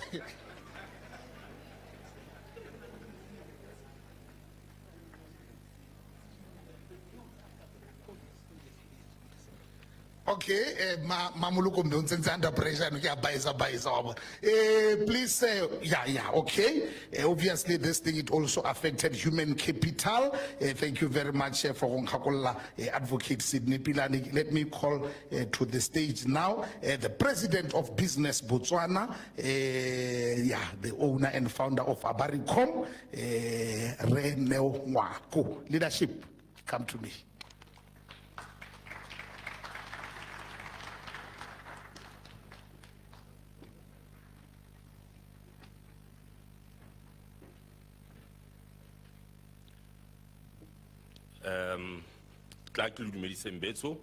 But let me first, obviously, before I say all protocol observed, recognize Rowinta Mulutsi, Dr. Modise, and of course the man of the moment, Mr. T. We recognize you, Ratif. We really recognize you. When Ratif invited me as President of Business Botswana to come and celebrate and give a tribute to Mogae and to this very special book. Kileka put a number of questions. If I have to write a speech, what type of speech would it be? And then I realized that I might be big in physical stature, but in terms of me being able to pen down words that would really reflect the true leadership of this great icon that we are celebrating tonight would do injustice. So I've decided that Ketla Bua, just from the heart, and recognize what leadership is about. Because this war against AIDS that was fought and led by Mogae, being the president of the country at that time, was what true leadership is about. From a business context, we saw the public-private sector discourse being totally enhanced and being productive during Mogae's time. He was a leader who didn't fear contestation of ideas, who didn't fear different arguments. There is always a challenge between business, private sector, and government. Despite them needing one another and supposed to be having a symbiotic relationship, we have realized that most times than not, they see themselves sitting in opposing sides. But we could not say that of Mogae's time, because it was during those Mogae's presidency that we saw the strengthening of Bokhim. It was during his presidency that we saw the high-level consultative council taking place, and there being religiously every year a minimum of 2 consultative meetings between the private sector and government. It was during those times that we saw the enhancement of the National Business Council, where there was open, transparent dialogue between government and private sector to ensure that the impediments are removed that would ensure private sector to thrive. And it was on the basis of this relationship that, God forbid, when Botswana was challenged with the scourge of AIDS in our small population, and with his multi-sectorial leadership, he was able to call all the key stakeholders around and said, Botswana bethu, re wetse ke siru. We need all of you to come, put your heads together, and let's fight and address these issues. Indeed, it took bold leadership, and I'm not going to repeat the words of those that spoke before me that had personal interaction and experiential interaction. I know earlier on, the director of ceremony spoke about the proficiencies of the speakers in terms of people who are well acclaimed in their spheres of work by being doctors and professors. And us, the mere mortals, it's either you are infected or affected. So that's what AIDS meant to all of us. Even those of us who grew up during those days know the pains of losing family members, losing friends, losing colleagues at work. Not that it is a disclaimer, but I grew up in a family where my mother was an activist, was an AIDS activist. May her soul rest in peace, Dr. Shea in Mahalape. She was a great activist, and she had an orphanage. And I used to see the pains of those kids who didn't know if they had a tomorrow. And it's through this intentional leadership that we saw companies such as the Botswana, private sector companies, such as Kalahari Breweries, standing up and coming up with deliberate, intentional programs to help against this fight. Imagine in the late 90s, early 2000s, when Botswana was the land of milk and honey because diamonds were producing the right money to enable development of the country. And that's the Botswana we grew up in, and that's the Botswana we knew. And suddenly, you had a workforce that was totally affected by this disease. If there was no intentionality at a leadership level to say we are going to halt everything, and this is a national crisis, as we heard from Professor. 20% of the budget of the country was put towards health. That took courage and bold steps by leadership at that time. It took bold steps by leadership to say to Anglo that you are going to fund our program to ensure that we have a productive workforce. And the business community then all stood up and supported government in this great initiative. And that's why the speakers before me spoke about the rapid decline in funerals and the increase in seeing healthy Botswana. We didn't see at that time the sales of our diamonds going down. And the reason we didn't see that was because of true leadership and the interventions that were done by the leadership of that time, and indeed the private sector. And indeed, even now, as we have challenges, it is in moments like this that we really appreciate that we don't wait for people to be absent and we give them their flowers. And we take this moment to say, to Rana Metso, to say, it's upon your leadership that all of us will continue and ensure that we make the right decisions. We support, as private sector, as businesses, we support government in all its intentions and endeavors to ensure that there is universal health for all. When a few weeks, a month and a half ago, we were befallen by the shortage of medicines, I put on my shoes and I went to see Dr. Modise in his office.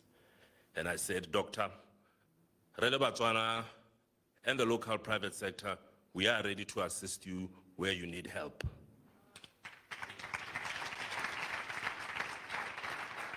We have seen earlier during the year when we were befallen by disaster through floods, we rallied the private sector to come and make donations so that they can help Botswana and Botswana. And that's the Botswana that we should protect. A beautiful, well-known writer by the name of Alan Paton said, "Cry for the unborn, for they inherit our fears."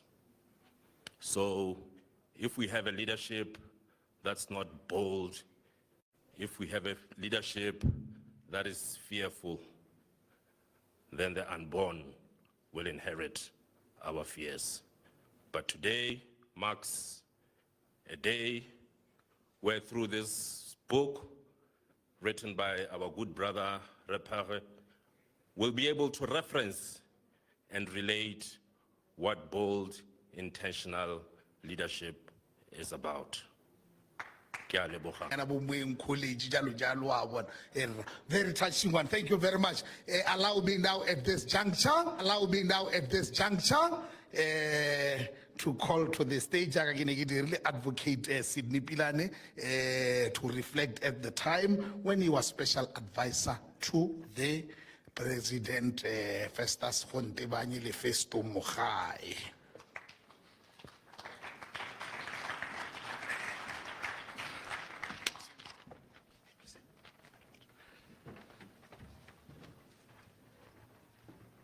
Dumelang betso.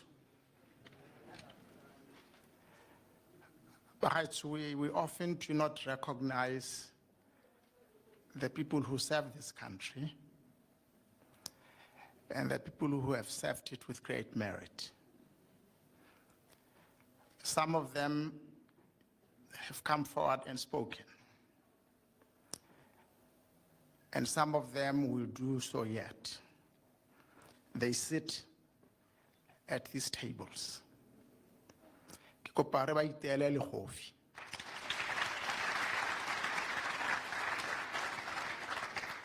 That for me is protocol.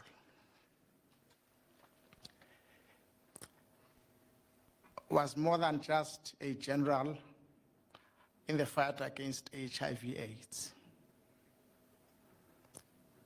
He was a comprehensive leader, a leader who had a country to run and who understood that.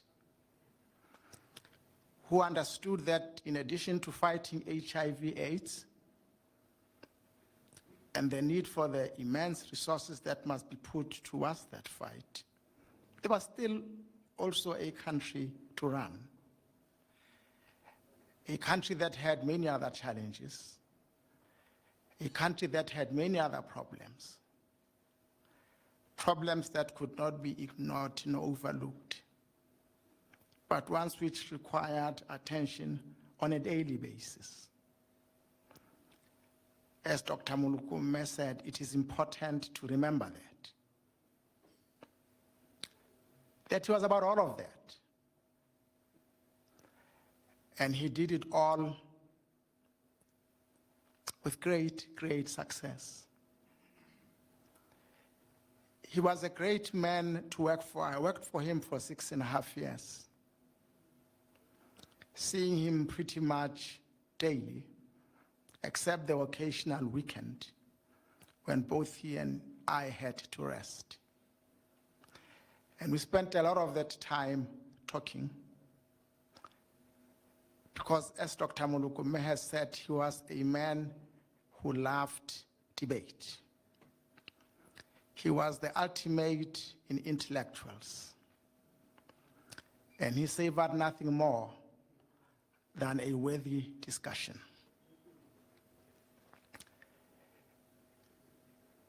I remember on one occasion, and I do not propose by this to lessen the importance of the role that was played by Rengele in this fight. He was a hero. He was a great hero. But I remember that Mogae and I had a debate about the optics of possibly overusing Rengele. That of great importance, though Rengele was, it was important that we emphasize the other side more, the prevention, rather than the fighting of the stigma. That we had to keep proper proportion, we had to keep proper balance, lest we make the nation feel that we should try to survive the way Rengele and possibly others did. That we must make the nation understand that first, before everything else, we must avoid contracting HIV/AIDS. We also discussed the fact that it's not everybody who has the blessing of surviving for the 32 years for which Rengele has done. And then there might be others who would not be able to survive it altogether if they contracted it. And I told him of a young lady, Wakodi, who contracted HIV/AIDS, tried all the cocktails of medication which were available at the time, and none of them worked. And she died. I am sure there are many others who were in the same position. And so I must remind you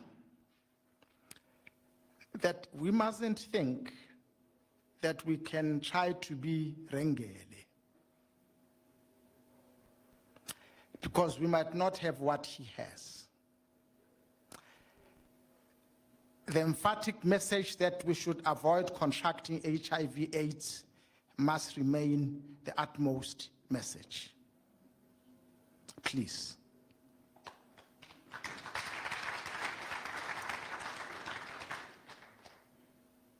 I have already said Mogae understood that his role was a comprehensive one.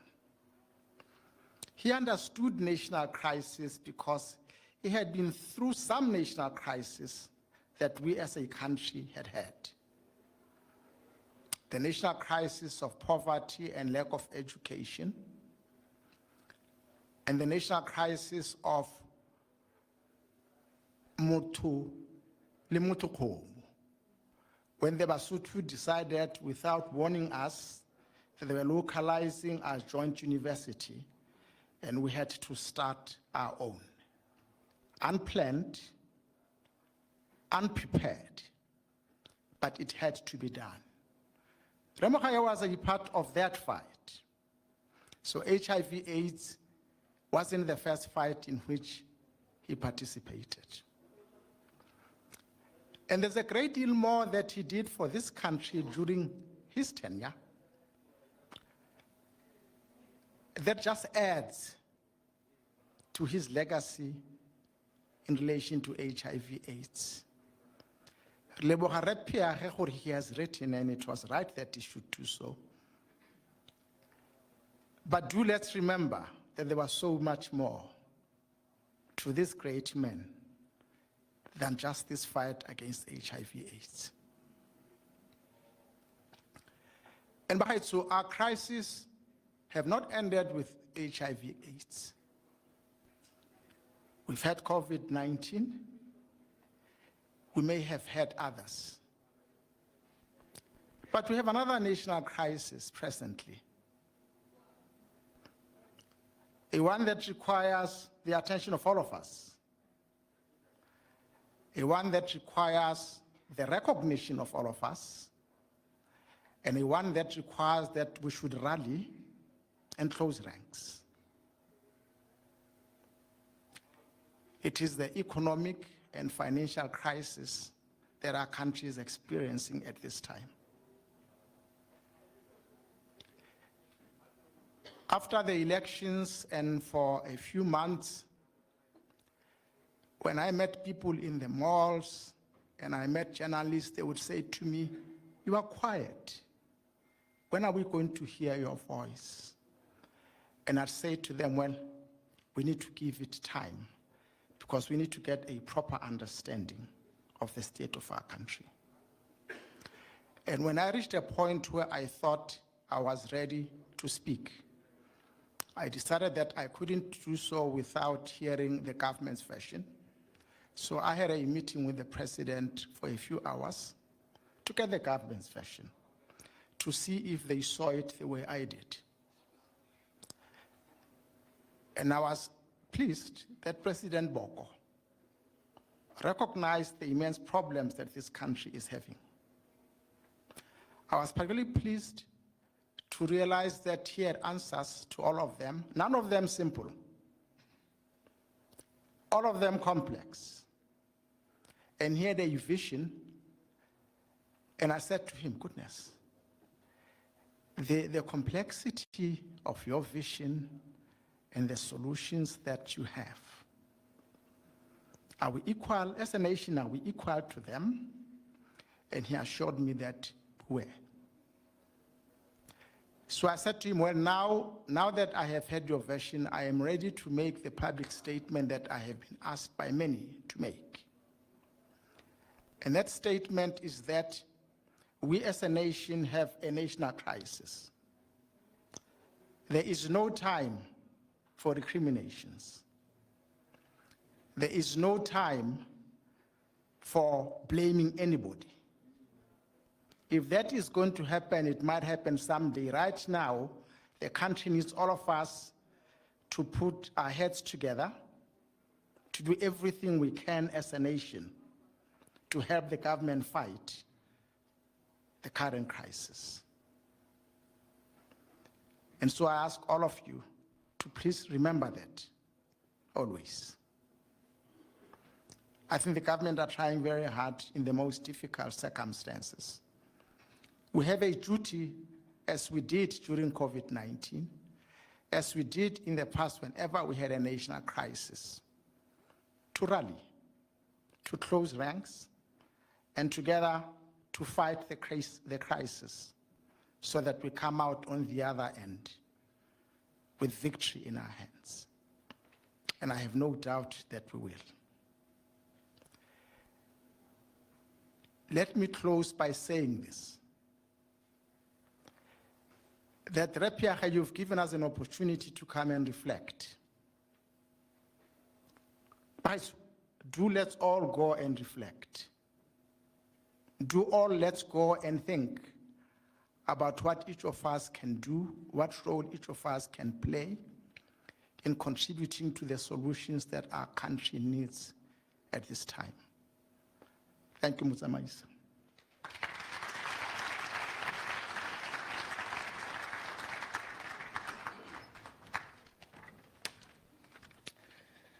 Thank you very much, Advocate Awasala Tomola Piloto, Taura Matata, and so we discuss in Quatima. So it's all no, whom Camille Tota is error, Rarho, Hobliana, Honorable Modise, Honorable Mulut. There are tight. Romania. That currency is here, National Agriculture Show, so nothing to you, Mayala. I give you blind. Wow. We believe with a sentimentalism that is very, very inspiring. Ladies and gentlemen, at this juncture, we are calling a legendary artist, Ray George Swabi. Can we welcome him with a thunderous applause?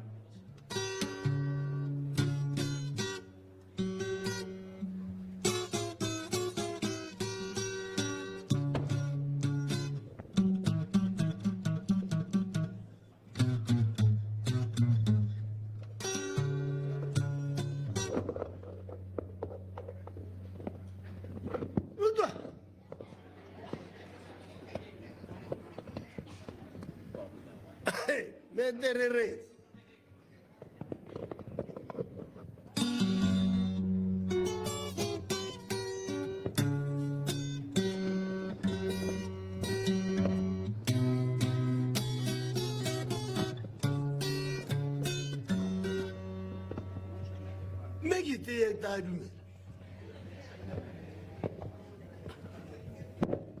Here.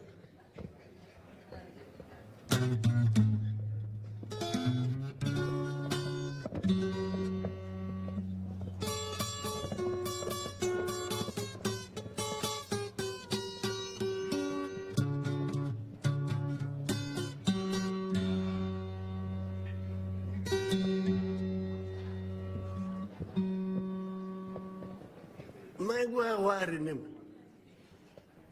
Out le smart. Ki dumedi se batho. O butsetsa moragonyana go se go nene. Dumela batswana. Dumela ba ga mmangwato. Rotary dumele. Shilandoka ki mo dumedi khaitsadi yake. Ki twa o bona. Ba gaetso ki dumetse mo go maswe. Le buile ka ha ke tseng ka re kana monna le buang ka eno nna ke mmitsa rangwane ko seruwe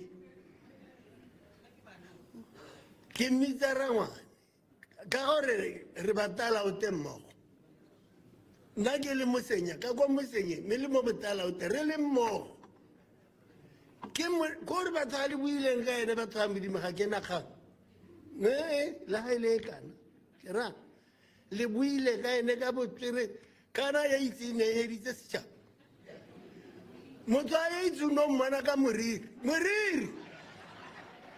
ga moriri bana bana tswa ke go ile hela jana tša ile hela motala o thusitse batho ke bua ke menne phata le nkutu motho a teng hela ka ga mmana o kopana o bona moriri go ile uwe ne re tlogele le buile batho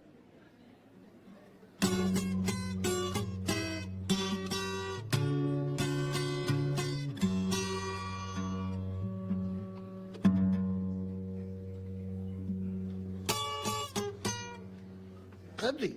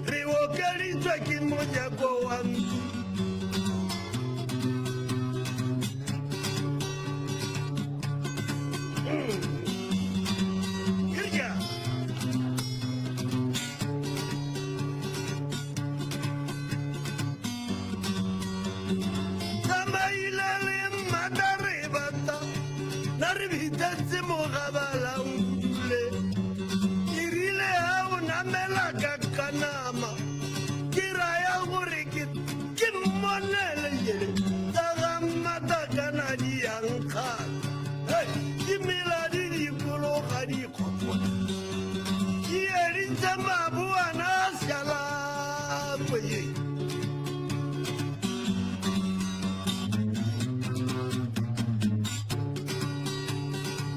Tell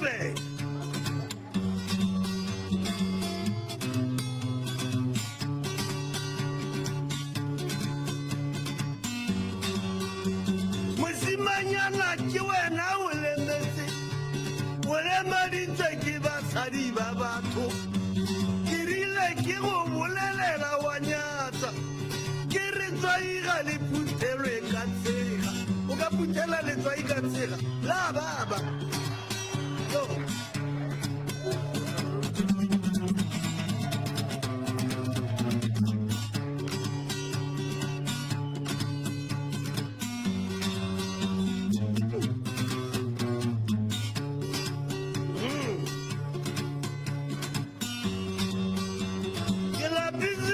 ke go tataganyetsa gobane ke tsaya mathatu kgakala go se bona separa go namalala go lebatse seboa se ikgarile ka mosenya yo motonanyana setodi le ntsitsiropi se thola baeng noga ya matodi e loma bosigo e ya re e loma ideodi wa itsore ke raya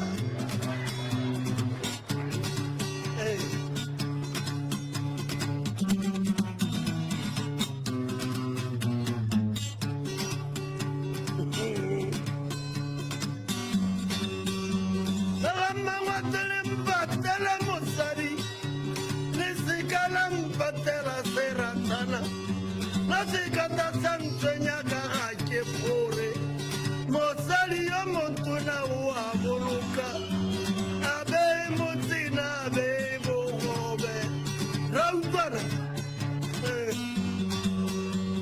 o se karole mogapa wa inama ntadita tsena molito ditsima e le momeno wa kubo ya bupa malelo na le bupame ke bupamisa ke go toka dikubo mariga bela kana ke talona a ke re gore a ke na dikubo di teng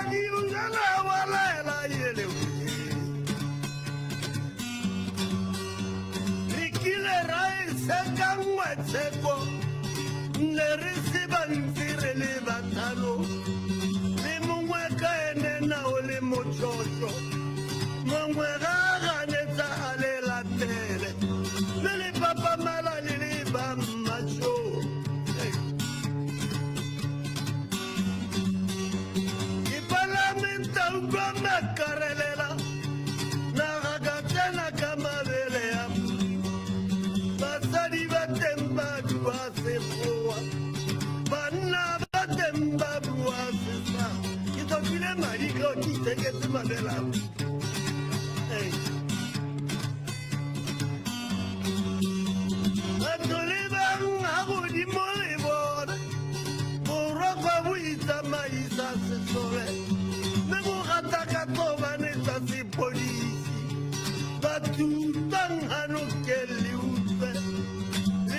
le tlo le bua sengwele nya ho ke a gana ho ke a gana Peter Maria Mer Peter Maria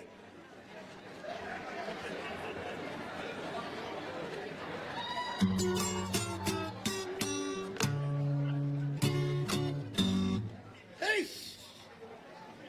Hey! Hey! Mona, you go body with you. Musenium Panam Panamotis.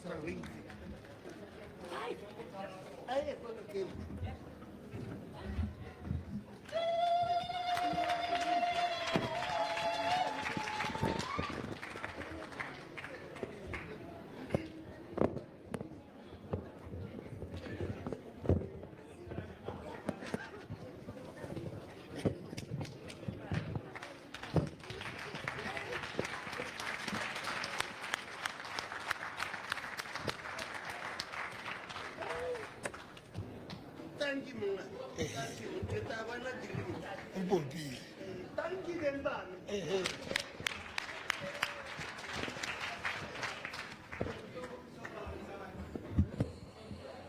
Thank you, sir. George Swabi, ladies and gentlemen, give him a very big one, please. Hey, for those that are devoid of the comprehension of vernacular, this song, if it were an English song, we would have written strictly 25 and above. The content of the lyrics. If we go to vernacular, it has implications of bedrooms and 2 naked adults. Basically, that particular song, ladies and gentlemen. Anyway, at the procedure at this juncture, let me call to the stage my former schoolmate, Nona Likopelegami, and I read pure science and social sciences, history, and such other things. Ladies and gentlemen, he is the Minister of Environment and Tourism, Re Buipuso Winter Muluzi, ki kopa hore re mekadina o ha tsamaela ka kwano.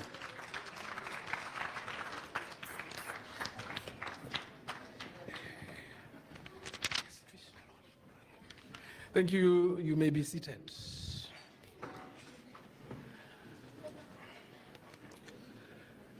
And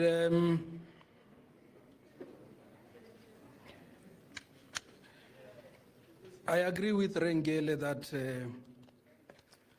we should always be very careful because journalists always have their own agenda. So I think I was one of the first people to arrive, and I was taken to the holding room. And there was no event, actually. It was uneventful. So I went there. But when Advocate Pilani came, because they knew I was upstairs, all journalists came with cameras to come and take pictures of Advocate Pilani and myself, because I think in their minds they thought, these guys are just going to look at each other and not even exchange any pleasantries. Because they were thinking about the Third World War that was held in Bubono a few years ago. And I can assure you that tomorrow it will be in all the newspapers that Honorable Muluzi and Advocate Pilani shook hands. So yesterday, late at night, when I was going through social media, I came across news that Advocate Pilani has been appointed a judge. And I was a bit scared and almost frustrated a bit because I was wondering if I can be found on the wrong side of the law, will I survive? But after talking to him today, I realize I will probably be treated like any other citizen. When but you see, the fear that I had last night, I then decided to look at the fear and say, in this black cloud, where is the silver lining? And I said, the silver lining is I should never find myself on the wrong side of the law, because you can never know what will happen to you. But having said that, let me acknowledge the presence of Minister Modise, and let me acknowledge the presence of people who came before us.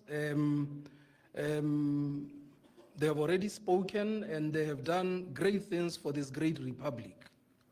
And let me acknowledge each and every one of you who has graced this beautiful event of the launch of Mogae's book.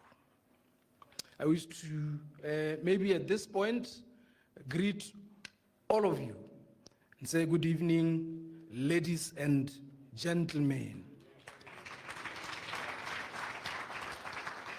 It is truly an honor to stand before you today, not to debate policy, not to comment on the global economy, and certainly not to offer a competing memoir, but to join you in celebrating a man whose leadership has left an indelible mark on this country and far beyond.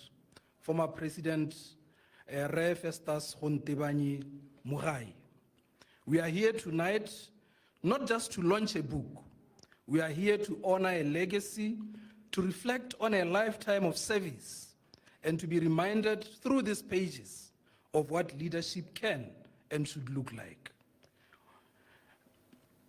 Now, when I first heard that there will be a book released and a book where Mogae has contributed, I had two thoughts. First, I said, oh, finally, because one would obviously think that a figure like Mogae can't just go without writing his memoirs. Secondly, I thought, I hope I'm smart enough to understand it. I hope I'm smart enough to understand it. Because knowing Mogae and how complex he was, to understand what he says sometimes may be very, very difficult. Because let's be honest, we are talking about an economist who could read a national budget like a bedtime story. A man so calm and collected. He made even the most complicated global negotiations feel like a relaxed fireside chat. If you've ever been in a room with Mogae, you know he doesn't have to raise his voice to be heard. He doesn't need grand gestures to command attention. He was attention himself. He has that rare quality, authority without arrogance. During his presidency, Botswana stood as a beacon, not just of democracy, but of reasoned, thoughtful leadership. In a world often driven by noise, Festus Mogae led with calm. Where others chased popularity, he chose principle. He helped steer this country through difficult times, economic uncertainty, the HIV/AIDS crisis, not with flashy slogans, but with sound policy, expert consultation, and moral courage. His leadership was not reactive, it was actually intentional. And perhaps that's the greatest lesson this book that we are going to launch today will give us. That leadership is rarely loud, it's deliberate, it's patient, and it is informed. And now in this book, he speaks again, quietly, thoughtfully, but with impact. This book is more than a memoir. It is more than a historical account. It is in many ways a conversation between the past and the future, between experience and aspiration, between leadership and the people it serves. President Mogae doesn't just tell us what happened. He tells us why it mattered to do it and how we might learn from it. He reflects with honesty, not with nostalgia. He does not glorify the past, nor does he try to rewrite it. He offers it to us as it was, complex, challenging, and full of choices that tested character as much as competence. That, to me, is the mark of a true leader. Advocate Pilane, when he was here, actually said we should look at Mogae not only as a fighter who fought HIV/AIDS, but as a leader who led this country. So that, to me, is the mark of a true leader, one who is willing to be examined. Mogae fought HIV/AIDS with everything he had. All this is chronicled in the book that we are launching today, Mogae's Battle for a Nation's Survival. Inside How Botswana Waged War on HIV/AIDS, a detailed and engaging chronicle of how President Mogae spearheaded the war on HIV/AIDS during his highly illustrious presidency. The book tells the story of Botswana's struggle against HIV/AIDS scourge, framing Mogae as the general of the battle, but also pays homage to all who contributed in the struggle. It chronicles the grim realities of this war and the behind-the-scenes accounts of this dark chapter in Botswana's history. This book is not just for politicians or policymakers. It's for anyone who cares about public life, about ethics, and about service. It offers young people something very rare these days: perseverance in the midst of calamity.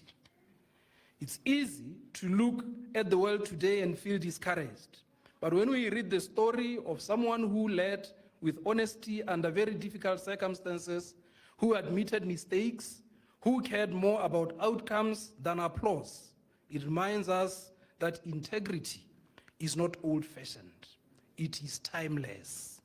President Mogae's legacy, as told in his own words, shows us that you can lead with intelligence and humility, with strength and softness, with conviction and consultation. Comprising of just under 40 chapters, the 500-page book is the very first in the country to document the saga of his relentless fight against HIV/AIDS. It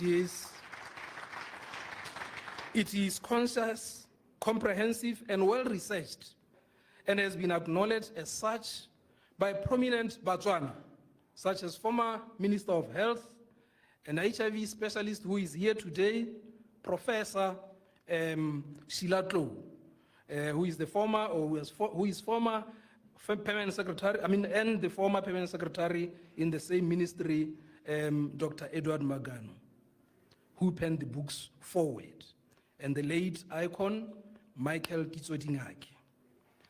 Since the role President Mogae played was at once epochal and talismanic, this book focuses not on Botswana's HIV story to date, but from the time it was first reported in the country, and that was in 1985, to the expiration of Mogae's presidential tenure.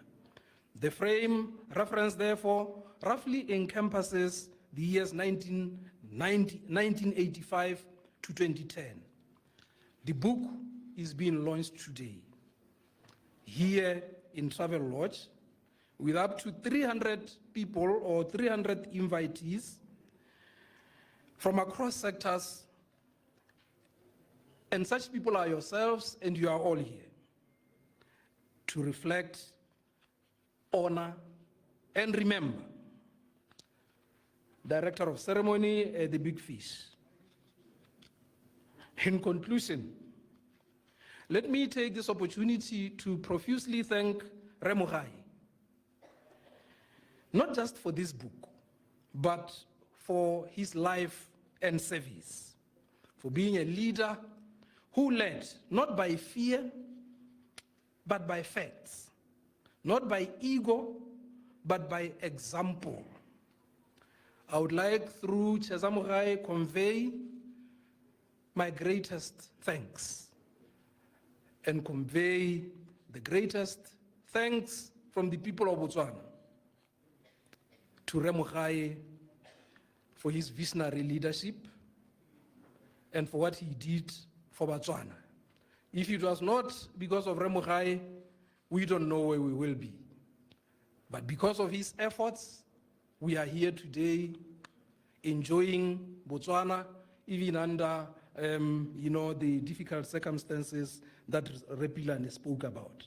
Having said that, as we gather here today, I wish to everyone to appreciate the example that was set by Mogae. I encourage you to read this book. Don't rush through it. Let it challenge you. Let it inspire you.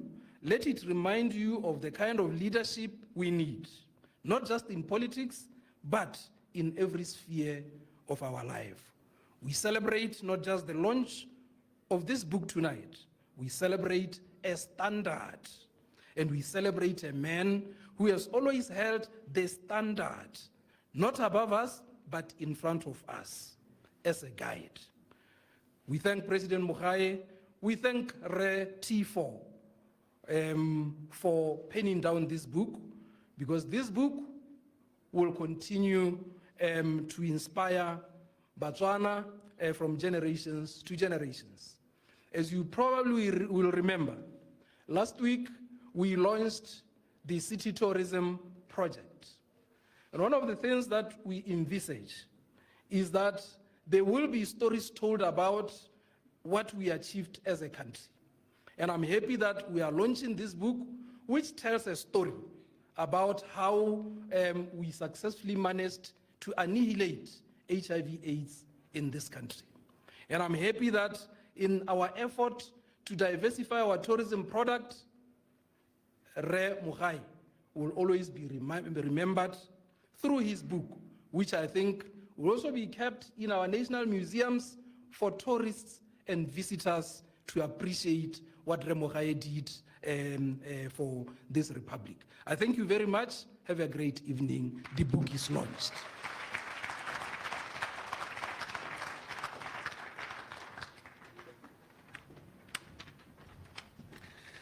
Thank you very much, Honorable Minister. I'm going to ask for the unveiling of the proper. Minister of Health, my home man, the daughter to the former president, Madam Cheza,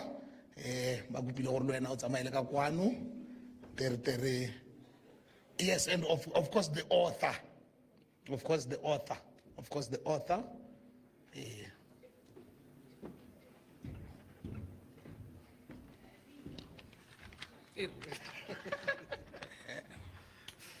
Okay.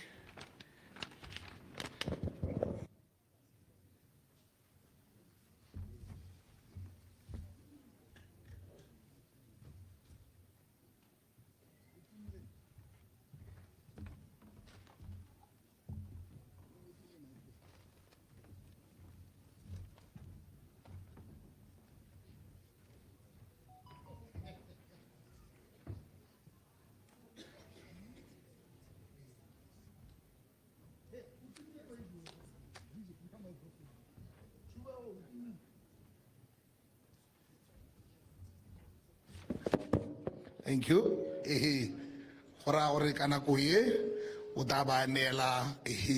Stella Dr. Mott. Thank you. Madam Cheza, Sedzela. Sedzela ngatu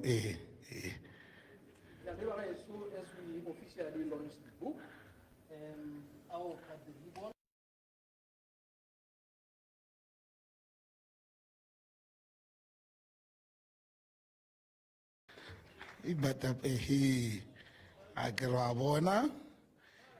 Wow. Okay. Group photo, closer there. Closer there. COVID is gone. Now we can touch each other. No problem. Don't be afraid of one another like that. We are synonymous with battles. Okay? And then, before we do the candlelight session, autographed books from the author to our guests here present. He's again, thank him. Botswana's most handsome brother. Our passport, you can look at the color, light in complexion.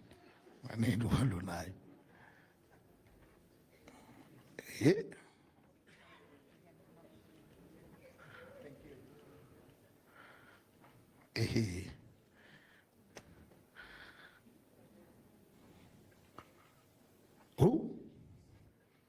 Who's missing? What happens? Hey, this guy. How sabotage. This guy. That's not the one. I can. Disappear. Get me pen. Okay. Oh, he can use the doctor. Say, maybe one day you'll also be. Yeah, no, I'm not doctor. Because it was too little. I will pala go house with Ragonella. Ragotikela, Dr. P. And I got a guy, but we put our ass. We got like wait, it's a I guess I will let our to link together. No, now we as a while. Sometimes agriculture, sometimes the buka. You know, Dr. Fish. That would be majestic, yeah. Yeah. Okay, thank you very much. Basha pegale kofi. Okay. Oh, but one by one. They are fine. Okay. Okay. Yeah. There we go. Okay. One by one. There. Okay. Yes. It's a family thing.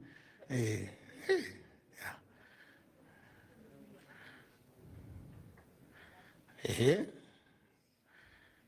I get it. Like a bit. Are you good? Okay, thank you very much. Duncan, outside no, not yet. We are still here.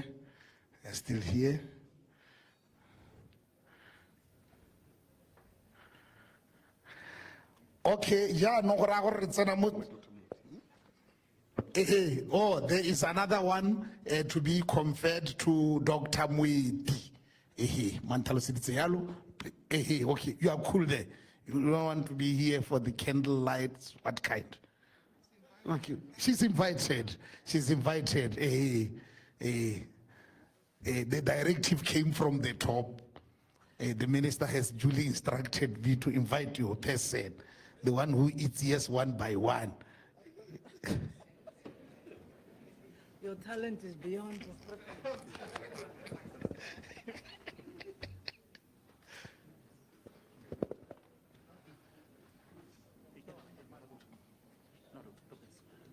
It's okay. Okay, thank you. And then now the candle,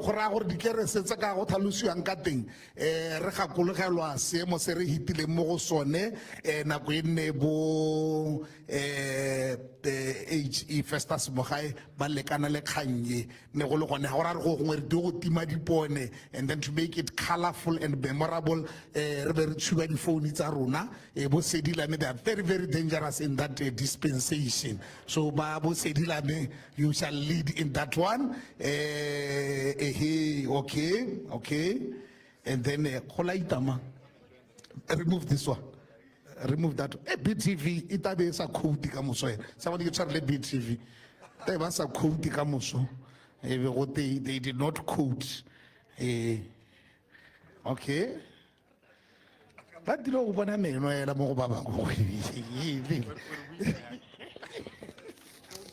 Yes. Okay. Let's all rise to this particular occasion. And then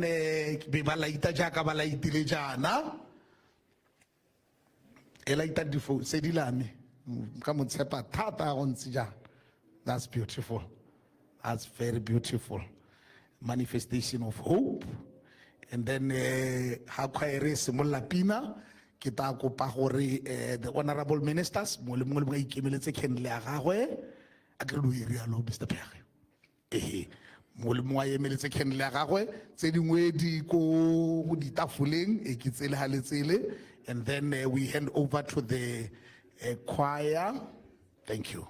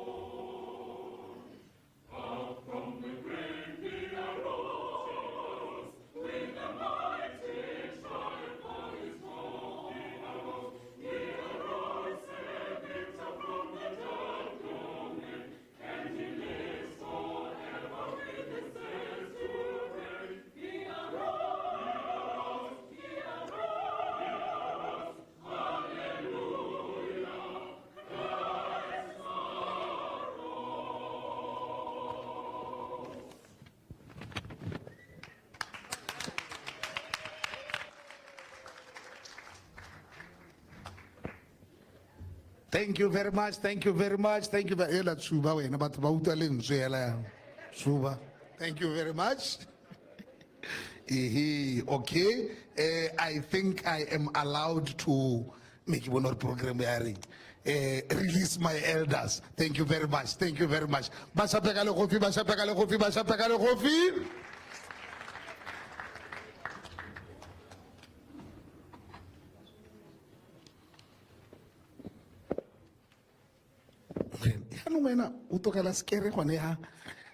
a weapon of mass destruction. We saw a member of parliament in another country passing on today because they were proximity to weapons of this nature. Ladies and gentlemen, we are on the precipice of the conclusion of the day's Janum. Before we do the Reader's Crown contest in the Readers Crown Contest ke gore ha re tswaga le tabe le ira di-pledge gore le BDF la go reka dibuka di le kae le Gambling Authority, my former employers la go reka dibuka di le kae American Embassy la go reka dibuka di le kae hela jalo ministry wa ga Honorable Winter Mulutsi, obviously gore re kana di library tse tsotlhe tse di tsamaelanang le tourism tshwanetse re be di le teng go di ko wa bona gore we are also going to encourage the sales of the books through hard tab, just for example, like Rawan E. And then allow me to call back to the stage a gentleman who carries himself with utmost flamboyance, the coolest cat in town in the ministerial fraternity. Ladies and gentlemen, Dr. Stephen Modise, my man. Yeah. Coolest cats in town. Go to Tota. Yeah. No, you know, be rocking earrings like that. Your dog was you know what I'm saying? My man. Thank you very much.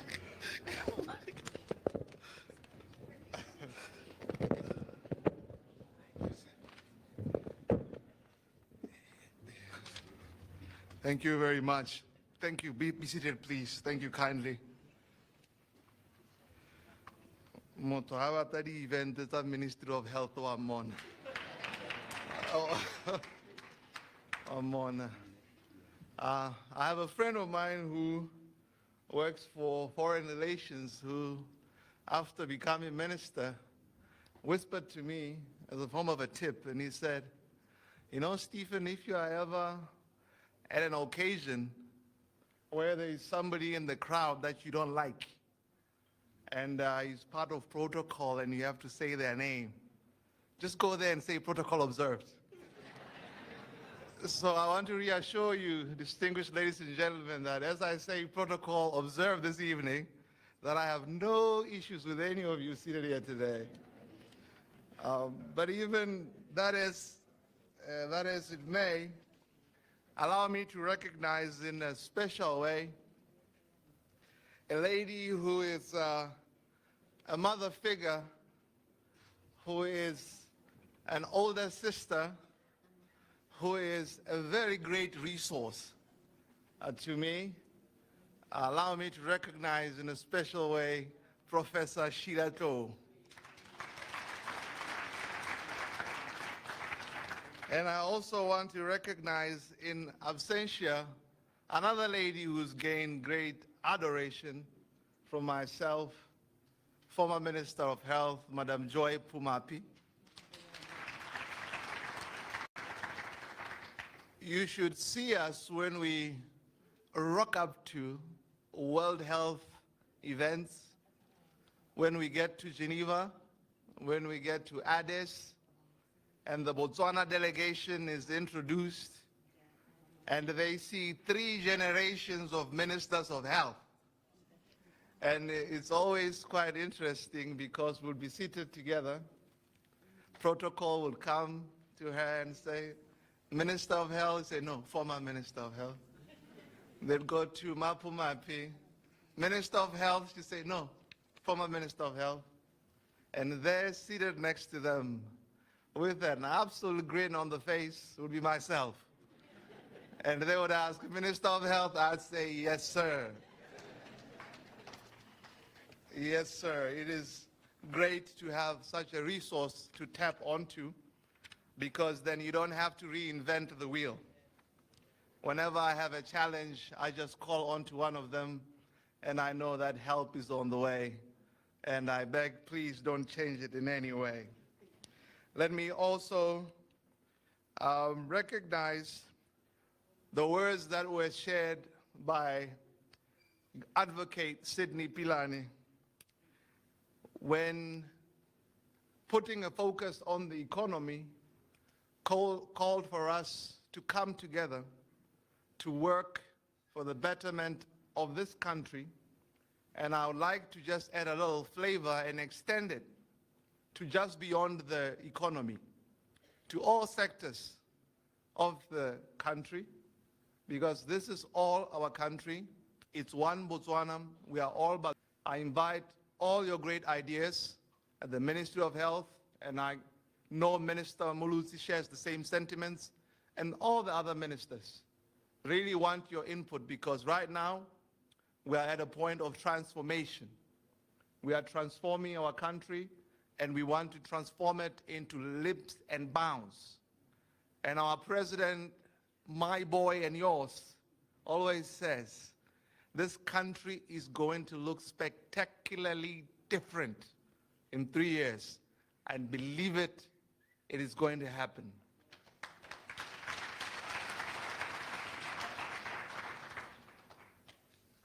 I don't want to turn the evening into an adoration contest.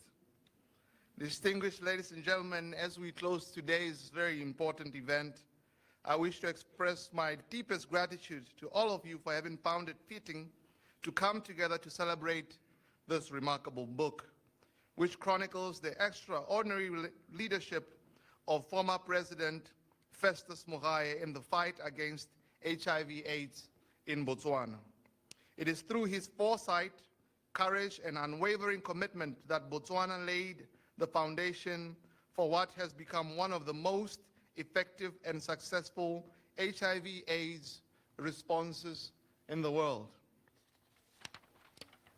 Because of President Mogae's pioneering efforts, Botswana not only achieved but exceeded the UNAIDS 95-95-95 targets, setting a global example of what focused leadership, will, and compassionate public health policy can accomplish.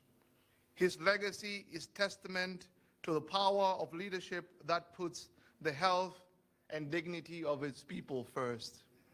As I listened to Dr. Mogae speak passionately earlier about how she should be looked at, and it will be a distinguishing spot on her or some form of stigma, I want to reassure her that through her hard work and those who engaged in this fight, now when Botswana is out there, we are distinguished differently. We are distinguished as a shining example, and Botswana shines because of you. As we honor President Festus Mogae's contribution today, let us renew our commitment to building on this strong foundation, ensuring that every person living with HIV/AIDS in Botswana continues to receive the care and support they deserve. Together, we'll keep advancing towards a Botswana free of new HIV infections and discrimination, fulfilling the promise of hope and health for all. As the new government that took the stewardship of this country last year, we have lined up some reforms in the health sector that will see the health sector of this country transform into a more efficient and resilient health system that serves all its people. We are currently working on transforming central medical stores so that we permanently resolve the issue of inconsistent supply of medicines and medical supplies. We have also set up a project office to kickstart the process to roll out the National Health Insurance Scheme that will ensure that every Motswana has access to quality health care, regardless of their station in life. That is worth applause. And whether you believe in God or the universe, imagine how it would have looked like if I was standing here today with the dire shortages of medicines and saying to you that everyone will have access to quality health care. But through the universe, God, I stand here today very proud and confident, because as I speak to you now, melemo e mo dipateleng. Not only is melemo mo dipateleng, we are expecting more, to the tune of 36 tons of medicines that are coming in from Dubai, all assorted medicines to tend to our people. So I repeat, melemo e mo dipateleng. From worrying about our folks who rely on ARVs and other medicines for chronic diseases to now having a different challenge. My challenge now is, where am I going to store all these medicines? There is so much. And I want to acknowledge all our partners who came to the party, because I grabbed the phone and I called everybody who cared to listen. I called the World Health Organization, UN agencies, I called CDC Africa, I called embassies, I called everyone. And there was no even hello. They said hello and I said, I want medicines. Who are you? Say, I'm Stephen Modise from Botswana. And they came to the party. I want to acknowledge every single one of them. I see you, Dr. Ndenzako. Thank you very much for your hard work and your team. And like I said, these are contacts that I have because of the relationship that I have with the former ministers of health in this country. So our future is secure. And I heard, as some came and said, that there is, our healthcare system is ailing, our healthcare system is in trouble. I say our healthcare system is undergoing transformation. And I invite you to come to the party. I recognize Mr. Noakwe in a special way also, because he's one of those who came to the party when I asked. He came to the office, they said, we want to see you. I say, well, come in. And he asked, what can Business Botswana do? And we had a whole conversation about it. And all partners, I see you in the room, who came to my office, and we talked about this, and your efforts are appreciated. I say this to maybe debunk the myth that the Minister of Health is inaccessible. So I want to request you, Mr. Noakwe, that when they attack me in the media, that I'm inaccessible, please help me and say, no, he is accessible. Don't leave the fight to me alone. I have no doubt that these and many other health reforms that we're introducing are building on the foundation that President Festus Mogae laid. This book, therefore, will forever be a constant reminder of where we come from. It will also serve as a motivation for us all to keep doing better for our country and the people, as President Mogae did.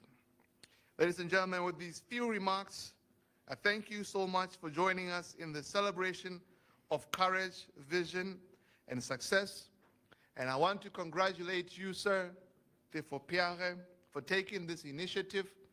You have immortalized this endeavor. You have immortalized President Festus Mogae as if he needed any more immortalizing. You have immortalized yourselves. And for attending this event, ladies and gentlemen, you have indeed immortalized yourselves too. May the story told in this book inspire the current and the future generations of Botswana and beyond. And with that, I want to thank you very much, ladies and gentlemen, and have a safe trip back home.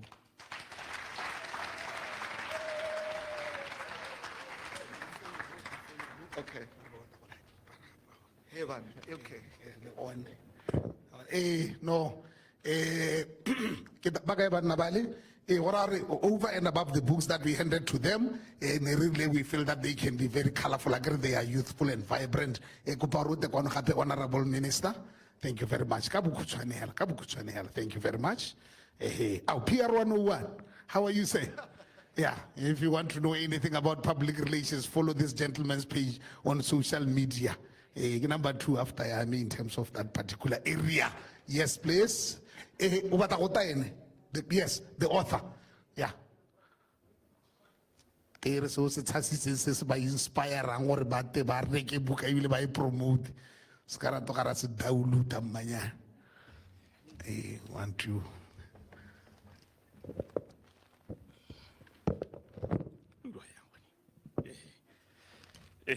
Ra lebo ga ba gaetso ke kopile go tla go fa matona rona dimpotse ke di-shete, and they are inscribed with the names of you, the fighters, the troops on the ground, the partner institutions, the victims, the activists, and the health workers.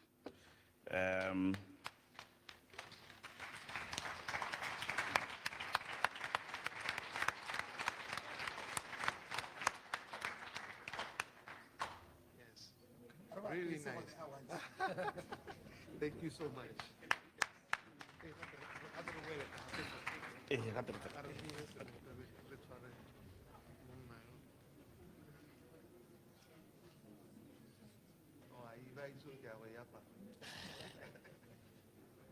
you very much.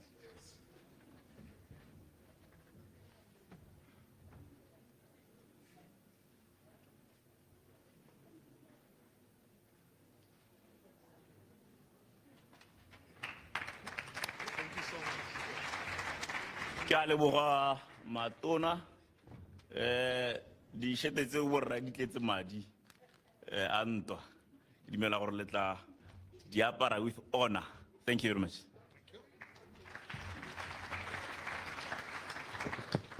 Thank you very much, my leader. Ra tumela go hetsa program ya lona le tsatsile ke gakolla ke gore akere the book is available for sale outside. It's 350 pula. And then re kopa le ba ile gore ba pleasure those that are pledging, the book will be delivered to you or to your office tomorrow. Le kopane le bone hale ha kere gore le tele go bakanya di budget sente. Yes, ladies and gentlemen, now allow me to call to the stage for a vote of thanks, Taloganyo Kaisara, Project Manager, I6 Logistics.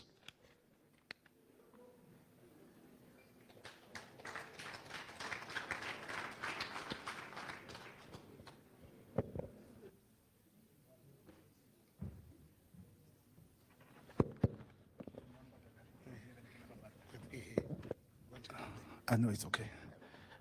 Okay, thank you very much, Big Fish.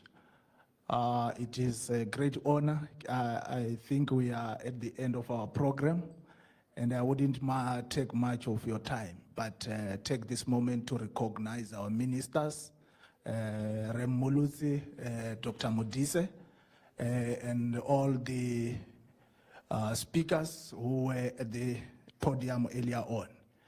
I just want to say that we so much appreciate on behalf of the 4PR, the team that has been working around to ensure that this event is a success.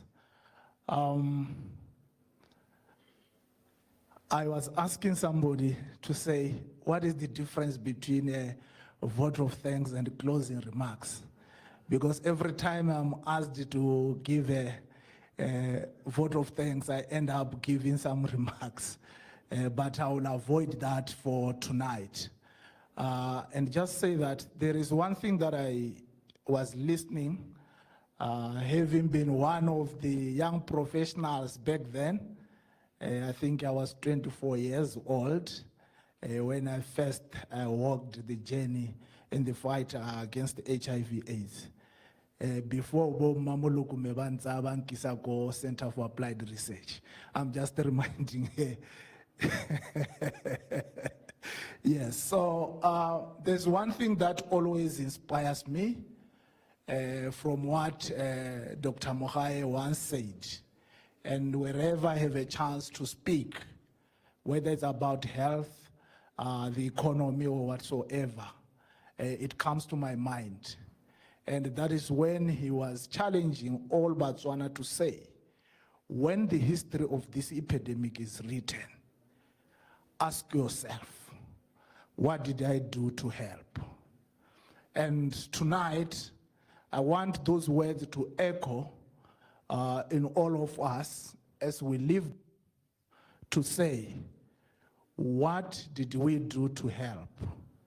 And on top of that, we say, what can we do to help? Because the reality is that we still have a long way to go. It might not only be about HIV and AIDS, but we are faced with a lot of challenges within the health sector in particular. I'm not going to talk about the ones that the ministry is addressing. We know a lot is being done. But then as people were talking, I picked that, you know, for some time now, HIV, we need to sustain the efforts that are on the ground and make sure that we have added efforts towards that. But still, being somebody who has continued to be in the, you know, industry, we must make sure that we also channel our efforts towards non-communicable diseases.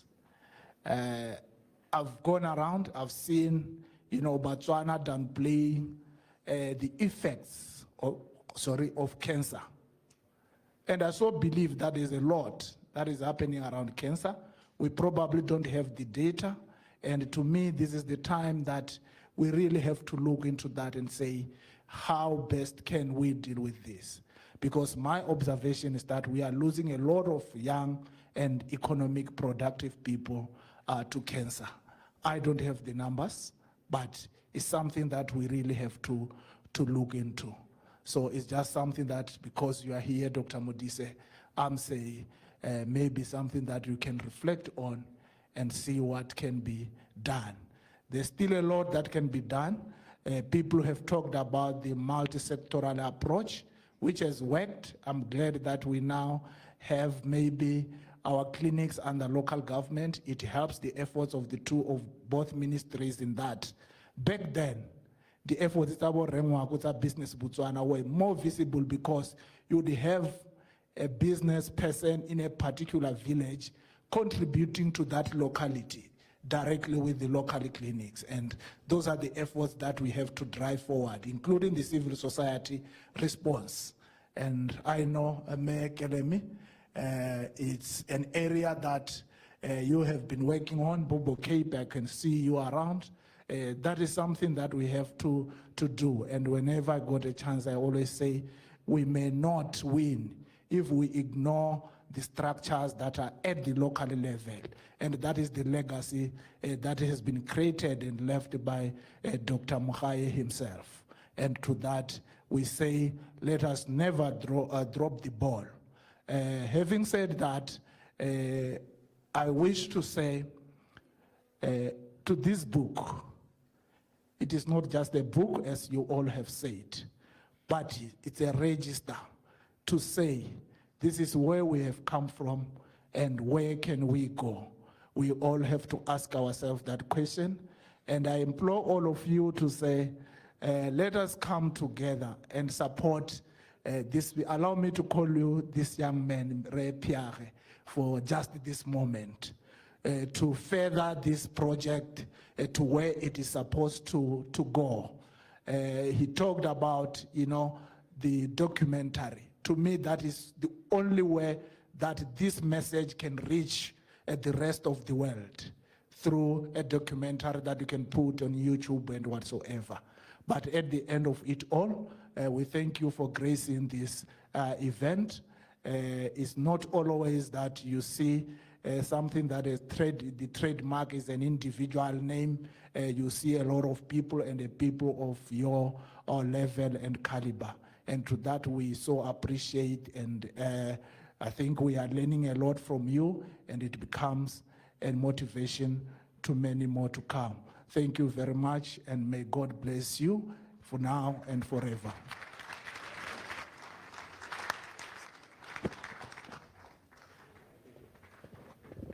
Thank you very much. Thank you very much. Ya no gora gore kanyele ya di pleasure le go tile ke re boelle gape baba pleasure ba tshuletse matsogo ka speed yana hela just about 3 or so minutes before we go to dinner and disperse. Baba pleasure, the book is outside 350 pula. Baba pleasure ho me Mogae, okay, tautse dataka yo mo gape. You me rappelle? You me rappelle? At the pledges, can I yes, no, actually, tell it so. Ray is my brother. Ray is there at the back there. Okay, there's another one. There's another one. Murudu Aruna, a ena ba ntse a tubela ka kwana ate gore tswalela ka thapelo a re tse re pledgeng e ba buisana bagolo ga VIP ha le gore bone ba ka e tsaya jang le lona another one here. Come my lady, come my lady. Hey, la ba ka e bombe ba di pledge. And I'm working for you. I can't let some mail. Yeah, I'm let's say the agrabona. Here. Agrab. Yeah. Ibile mamo ga ene ibile ha but mo di go ngone ho yi mo teng a re kgaoga ne re santse re utwana gona ba dipholo tsa ka moso accounting properly. It's a generational manifestation. Anybody else? Yes, at the back. Okay, there you go. Anybody else? Jambe ba ntse ba pray pangwe ke wa hit la kwa hit la children ke you what go is ki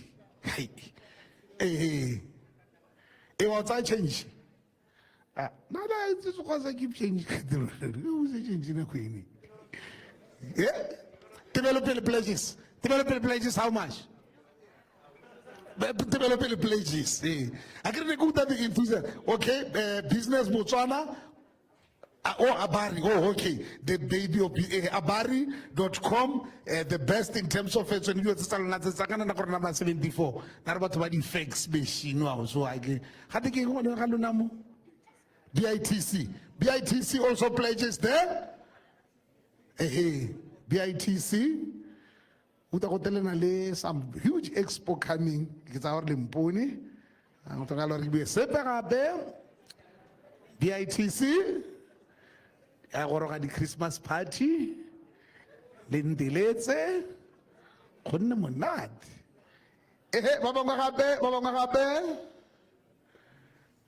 Okay. 1 more minute of pledges, 60 seconds. You have written yourself by anyone else? Anyone else? Anyone else? Yan bali di rekang hali di reka konte kwa konela yan konano yan. It is immediately autographed. Ora ruta botsa maka buka ena le the heart and soul of the banta bare re heditse ke kupile moruti gore a tsamaele ka kwano. Before we do that, I want Miliza.